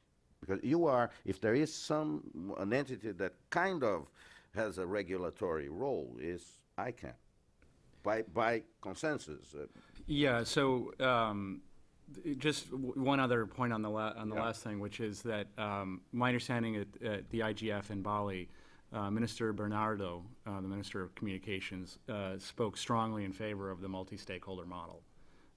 And he and Anatel in the past have been appeared to be more sympathetic to ITU, but we were really happy to. But ITU is not only a state. It's not only a state organization. It's more like along the lines of what you do. Well, except for the fact that ultimately it's the member states, it's the governments that only member states, only governments have a vote. Only governments and others participate at the discretion of either member governments or the Secretary General. And they are a UN-based organization. They are a UN-based organization. The way we are not a regulator. ICANN, when it was stood up, it was stood up in part to take over some technical functions that were required in order for the domain name system to work, which is assignment of names and IP addresses.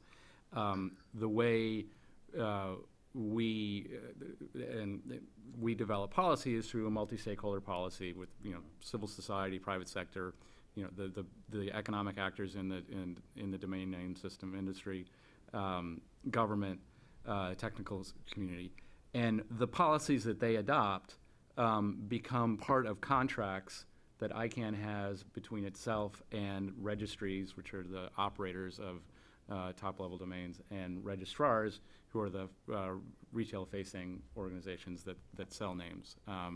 We are not a regulator in the sense that we don't have a government sanction. We don't adopt regulations from top down. It comes, policy changes come from the stakeholders themselves. One thing, no, more questions? Hi, Jack. Jeff. Oh, well, No, I got the microphone, right? Yes. Okay, that counts. Rush. Jeff Hornbeck with Patria. I wanted to just follow up on this question on the localization of the data centers, and if it's possible that they're going to drop that option because it's infeasible for many potential reasons. Is any other option been floated, or is it just the option to drop it and leave things as they are? I mean, maybe you could have a Mercosur data center or something. I don't know. I don't want to start that rumor, but I mean, is there any other, the worst of all cases? Senes, is there such thing? Because no, what Ronaldo was saying, that the president is having second thoughts about this, and remember, this was not in the original Marco Civil. Yes. Hi. So just to add, I don't know if the idea is to drop it completely, but rather drop it from the Marco Civil and pick it up again in another discussion like the privacy law that's coming up, or even another piece of legislation. I think that's what right now we are dealing with at this point. Okay. So it would, yes, please. Stakes Maragiris, on the same issue.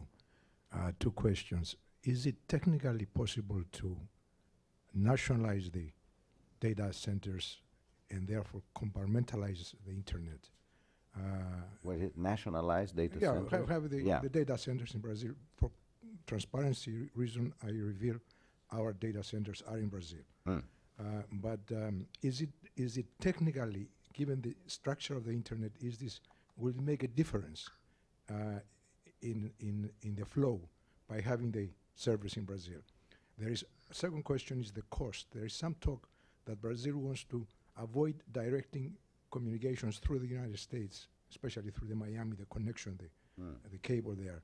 The cost, are there any estimates of the cost of localizing the data centers in Brazil? And the third question is, it just occurred to me, are there any implications for doing that immediately in terms of the services to the World Cup and the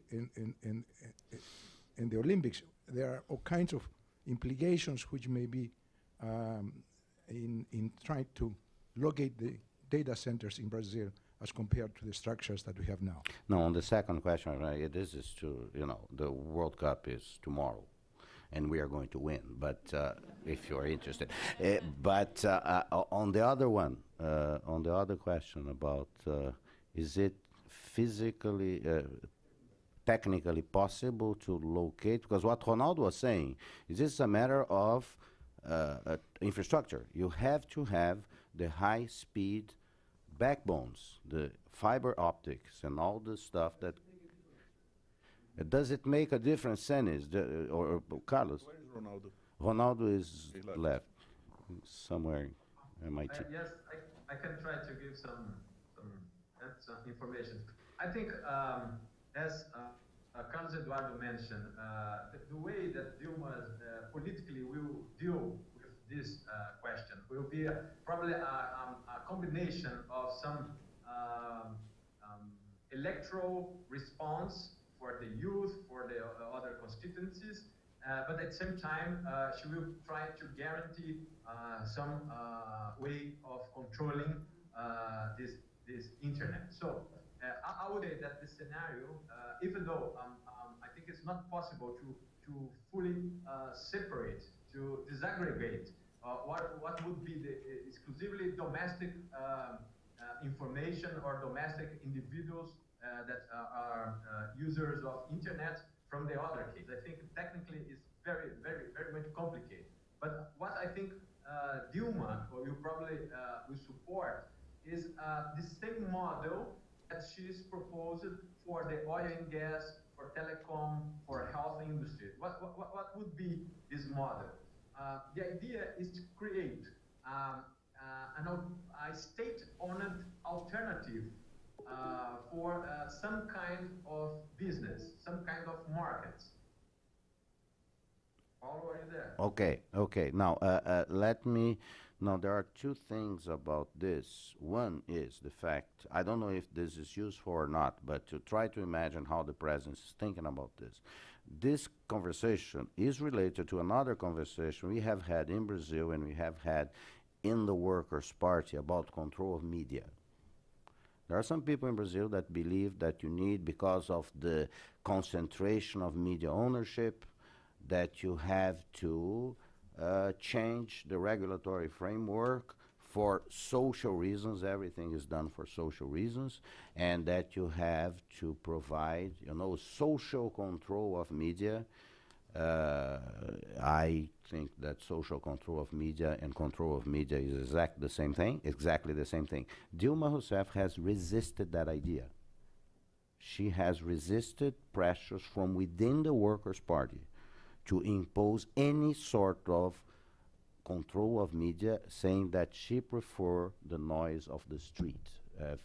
So it gives you an indication because if this issue is framed in terms of depending on the level of, if this is not governance but control of internet, I think there is a parallel here. I don't, who am I to guess on this issue? But on the one that's more easily understood, which is control of speech, she has been on the side of freedom. That's why I prefer the noise of the streets. So in the internet, because is there a way of governing the internet without controlling speech? Is there? I don't understand how. I assume that her instinct would be, if she is consistent with what she's saying regarding media control, that what Ronaldo said, that she is having second thoughts about this, doesn't surprise me. Now, we have a question right there. Yeah, I'm Milton Mueller at Syracuse University and the Internet Governance Project. I want to focus on this relationship between the Rio conference that's been proposed and ICANN, because apparently the president of ICANN proposed this idea to Dilma, and it was then accepted, and they're running with it. First of all, the rationale that you gave for this conference, Jamie, sounded almost exactly like the rationale for the Internet Governance Forum that we created 7 years ago, 2006, I guess it was 7 years ago. And so what is this meeting going to do that isn't already done by the IGF? And the second part of that is what made this initial proposal very interesting to some of us was that Brazil has been complaining not just about the US generally, but in the internet governance sphere, they complain about the fact that ICANN is actually under the control of the United States government through this Commerce Department contract. And just before this meeting with Dilma, ICANN's president and a bunch of other internet organizations issued the Montevideo Statement, in which they said we should maybe get away from this special control by the US. So my question, therefore, is twofold about the Rio conference. Is it going to deal with that problem, which could actually be productive? You might actually accomplish something if you focus on something like that. But secondly, when Dilma talks about equality of governments in handling this problem, does she mean that instead of the US supervising ICANN, we're going to have 192 governments supervising ICANN and stepping into this US role? Or are they talking about some other arrangement? Do people have specific ideas about where to go with this? And notice that he just mentions the Rio conference. I didn't know. Is it in Rio? Initially, I think it was announced to be in Brasilia. No, so move I it don't- to Rio, please. But, It's yeah. nice. Okay. Sure. So, Milton, I'm really glad you asked those questions. And I'm going to start with the second one first about the contract that ICANN has with the Department of Commerce to perform certain technical functions.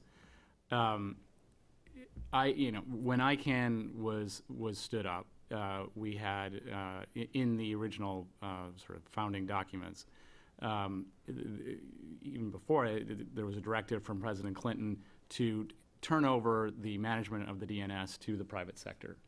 And that included the then existing contract under which USC performed certain technical functions for the U.S. government. And it was contemplated in these founding documents that ICANN would maintain this contract, and the contract would go away no later than within 2 years.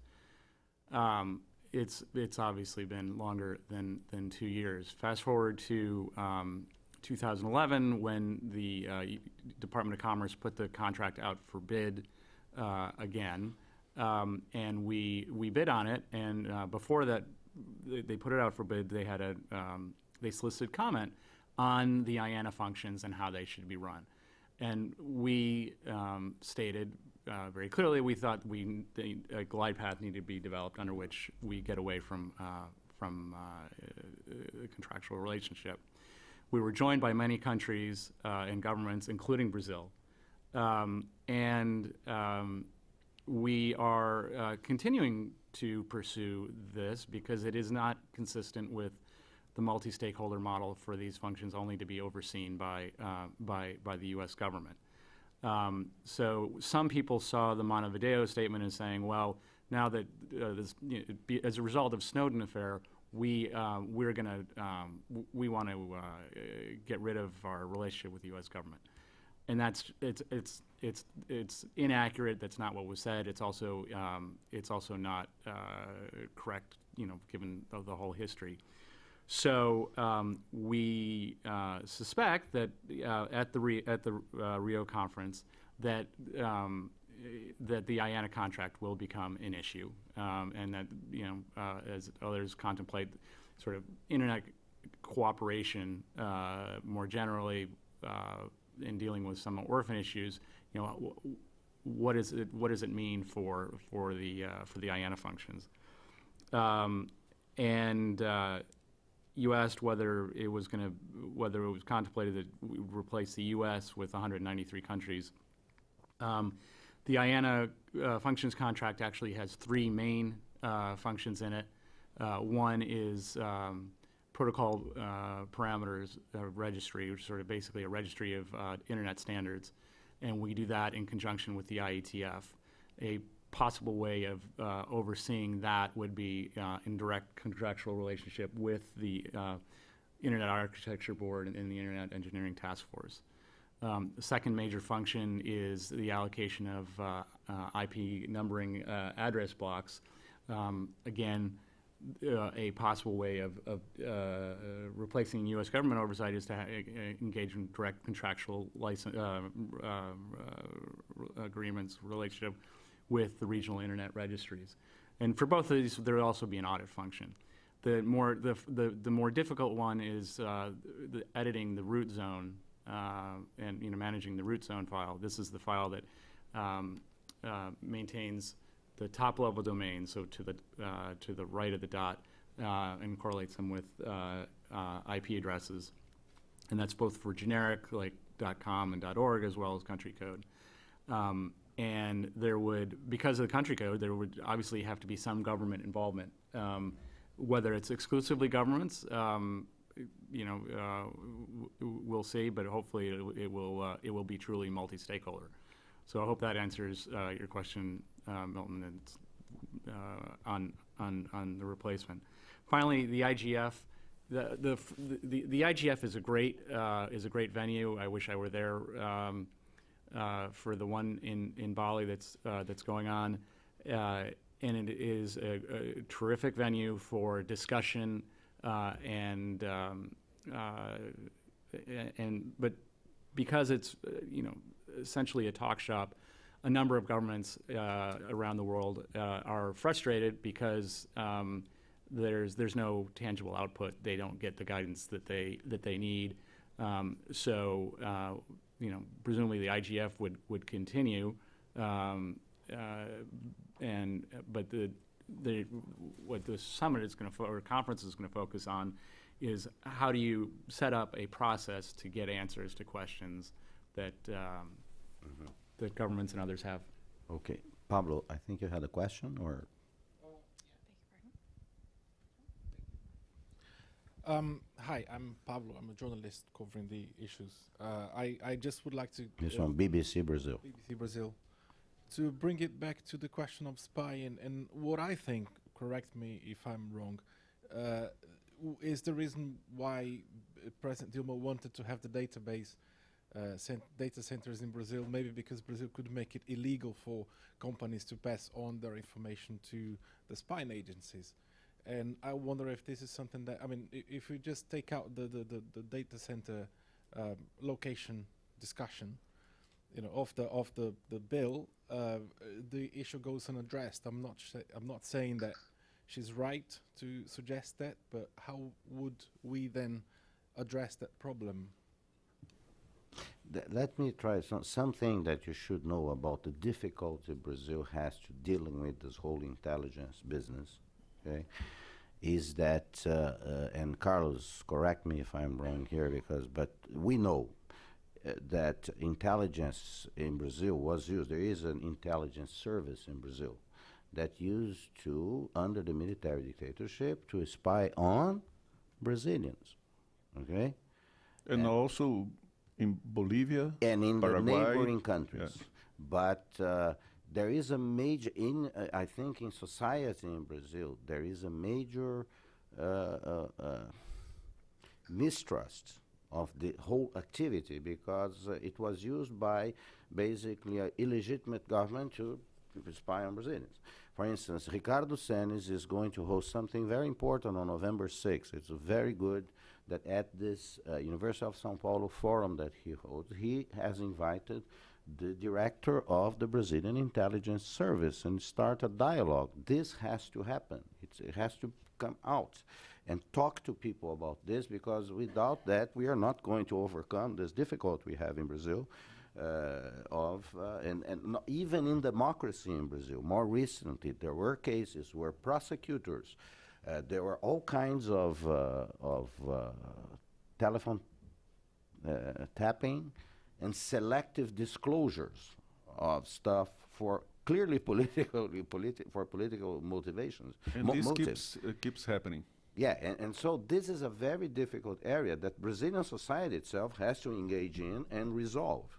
There are people that occupy public elected office and public employment in Brazil that feel free, and I have never heard of any punishment to anybody involved in this kind of activity in Brazil. So it complicates the issue, and maybe it makes it even convenient politically to say, oh, other people are spying on us, etc., and deflect a little bit the attention, although there is a legitimate concern, and actually even communications by the U.S. government referring to the whole controversy say Brazil raised legitimate concerns, and Brazilians, including the ones that do not vote and don't particularly like President Dilma Rousseff, are very uncomfortable about the idea that the president of the country is being a target of snooping by foreign powers, especially the ones like the United States and Canada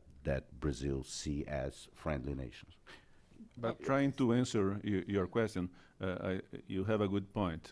One of the most important strategies to reply to the NSA espionage is nationalizing or putting in Brazil the data centers. But there are others. And she has already announced one, which is to have a Brazilian-run email system, Brazilian government-run email system. And there is the best one that she didn't announce yet, is to invest hundreds of thousands of dollars in innovation research in order to allow Brazilians to have and to create, to design systems for the internet. Just one question that, I think a question from here that was not answered. In terms of capacity, the network, it's that we know in Brazil that the cell phone, the G3 thing, is not working very properly because the networks collapse because it's not, the infrastructure of the cell thing is not enough. We have to expand it. So imagine what could happen in terms of internet traffic if you try to regulate that thing and put it in Brazil. Yes, please, I'm sorry. Yes. Hi, my name is Silvia Ayuso. I'm a journalist as well from the German press agency.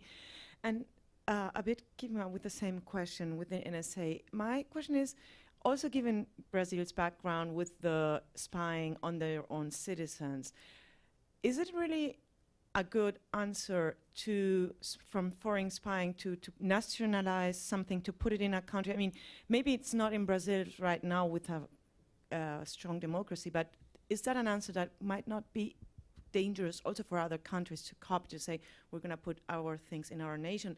I've been living in countries where the state control was nowadays like Cuba on every communications. So my concern would be also to be spied in my country by my own government if there's a more national control of it. And wouldn't there be a third way to avoid things like that, like NSA spying? Yeah, but let me, yes. A point of clarification. Sorry, can you just pass that down?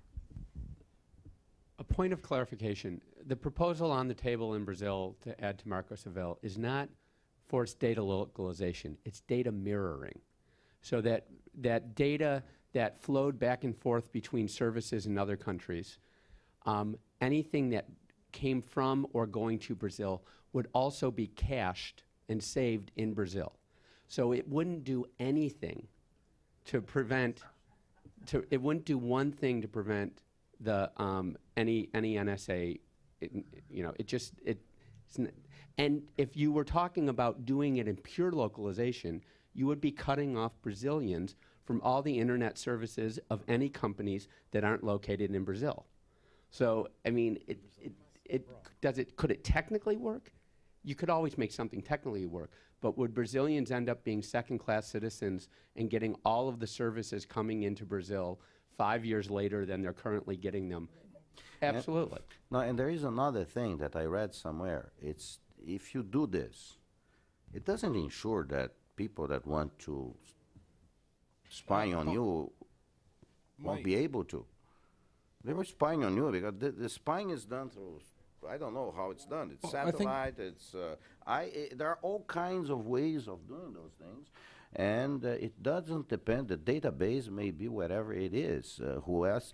No, the other difficulty in this debate, you're talking about Brazil spying, it's Brazil does not, with the exception of the cases that he mentioned, this was, from what I remember, revealed in the media in Brazil. During the dictatorship, there was an active program of keeping, watching what was going on around us.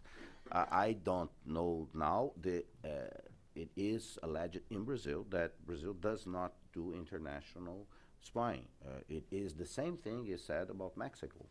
And so it is, I think this is an opportunity to debate, including those issues, in Brazil. It's an important one. We are about to wrap up here. Any more questions? Yes, Margaret, you have the last word before I ask Wesley and others to come in. I think following up on what you just made, are we not having a rather naive discussion about whether governments don't spy, entre comillas, on other governments, and partly to understand what's coming so that they can act more responsibly, and partly for other purposes perhaps. So and reflecting on a conversation I had with an old diplomatic friend from Brazil, isn't this what governments do? Now, perhaps we do need to have the kind of regulation that has been discussed, and particularly in terms of industrial spying and privacy, as Professor Work was commenting on. But does the Brazilian government not seek to get privileged information from other governments as part of its overseas activities, or even domestic? I don't know the exact answer to your question. I hope it does. And the Only for the World Cup, though, right? Only the difference is that, and I understand this argument, that Brazil is being naive and believing that.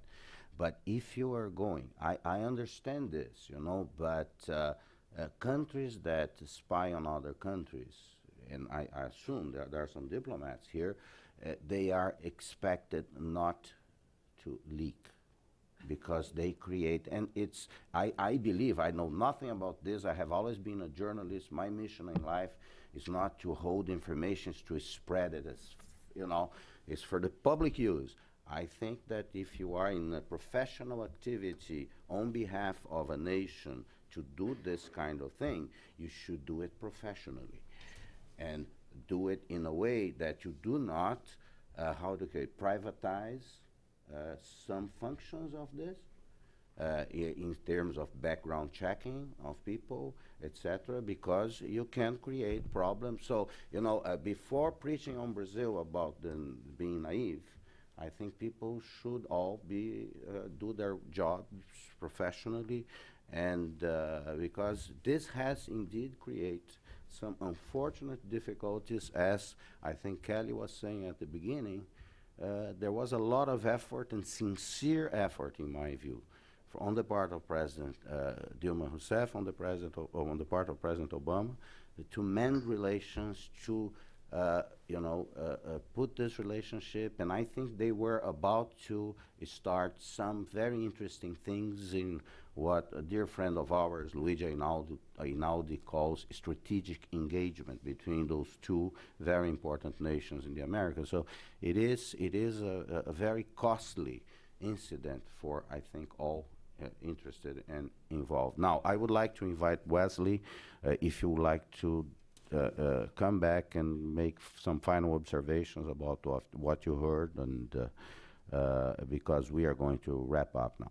Thank you, Wesley. Well, Paulo, thank you very much. I'm a newcomer, of course, to the internal political debate on these issues in Brazil, though I find it fascinating. And I would say that if, as Paulo does suggest, that the NSA story generates some political debate in Brazil about the role of Brazilian intelligence and limitations that should be put on it, then that would be a very good thing.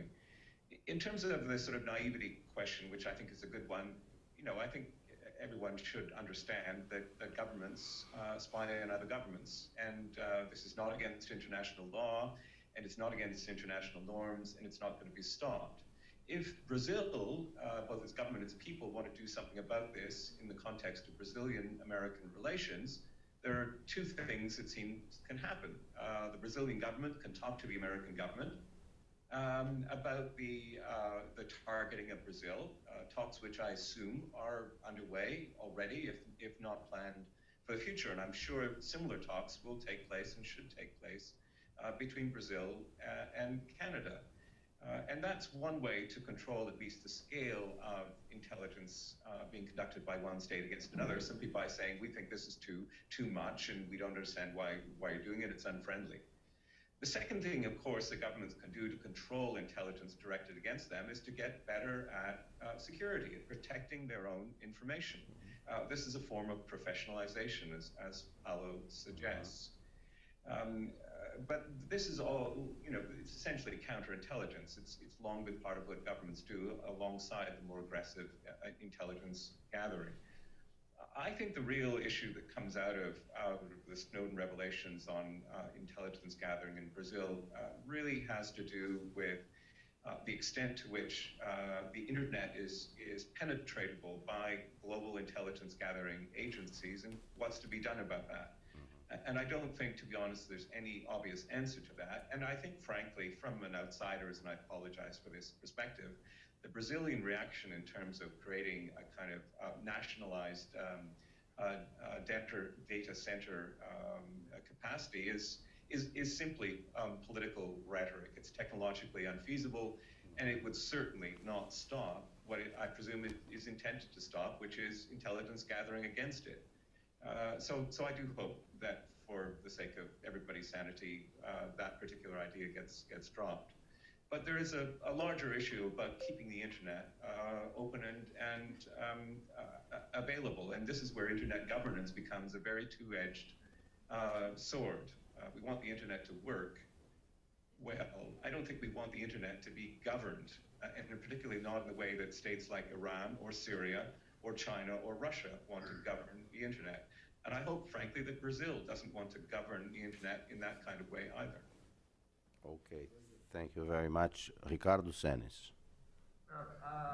Just to stress a point here that represents a little bit my perception about this topic. As we said, when Dilma includes this internet governance and internet spying and other issues, everything in the same basket, and try to give a political answer to this, I think this is actually the risk that we are seeing in the scenario. Of course, I agree with you all that the response for the spying or any foreign agency to gather information in Brazil, it's one kind of answer. It's a kind of answer related to cybernet security. It's something completely different from the nationalize the data center, etc. And there is nothing to do with the governance of the internet. I think when Dilma decided to include the issue on the political agenda, she's trying to connect all these topics in the same policy. This, I think, is the biggest risk, because one thing is industrial policy, fostering innovation, fostering national companies, even fostering state-owned companies. Other issue is response in terms of security of Brazilian strategic information from the government, from the military area. Other issue is how to govern, to guarantee the civil rights in the internet in Brazil. And other issue is how to foster better global governance in internet. When Dilma include all the issues in the same basket, I think the risk in terms of putting bad proposals in all of these forums, I think it's very great. So this is, I think, it's my point. Okay, Jamie. So first of all, thank you again for having me. This has been a great discussion. I've learned a lot here. Just really quickly, obviously there are some major issues that need to be addressed on the internet, issues such as privacy and security. And the question now becomes, how do we do it? Is it by through an intergovernmental organization like the UN or its ITU, or is it through the multi-stakeholder mechanisms? More than 95% of the infrastructure is in the private sector. The internet has obviously been a great vehicle for freedom of expression. For us, it's kind of a no-brainer, and you go with the multi-stakeholder model. Brazil and Canada have made enormous contributions to the multi-stakeholder model, participate actively in support. Brazil, Canada, and the U.S. have all enjoyed tremendous growth and opportunity as a result of the internet. So look forward to continuing to work with all of you to make sure that the multi-stakeholder model continues. Carlos. Nothing, just thank you very much again. Well, I would like to conclude on a reflection on, we had, I think in June in Brazil, a demonstration on how those new means, those new medium, the new media can be used to create pressure, to express a desire that I take from the protests is a desire from this rising middle class in Brazil for more, for better, and for faster in everything, in public goods, in governance, in representation, in politics, etc. So this is a clear example coming from society on how you can use new media and internet and everything else to improve society, to what you would say in the United States to become a more perfect union. In Brazil is a country that is making that type of progress over the last 30 years. Brazil has made lots of progress in that direction, and it would be completely unfortunate if the country that, if the dialogue precisely between Brazil and the country that, where the country where Al Gore invented the internet would have, you know, would not really engage into a debate about that. We all know that privacy has become a major issue here because of the recent activities of spying, and that President Obama has asked for a review of those activities. Maybe when the report of that comes out, there may be an opportunity here for countries to share, you know, information, for governments, and to you know, relations, in this case, that is our interest, Brazil-U.S. relations, to be back where it probably could be, should be, and we assume that this will take a while, and so in 2015, there would be a possibility for President Dilma Rousseff, if she is re-elected president, or whoever is elected president, if she is not re-elected, to come to Washington and, you know, deepen this relationship and including this topic into the conversation. With that, I would like to thank Jamie Hedlund, Kelly Mayman, Ronaldo Lemos, Ricardo Senes, Wesley Wark, and Carlos Dins da Silva very much for being here, for sharing with us their thoughts, and we are going to continue on this issue, and thank you very much for being with us. Thank you.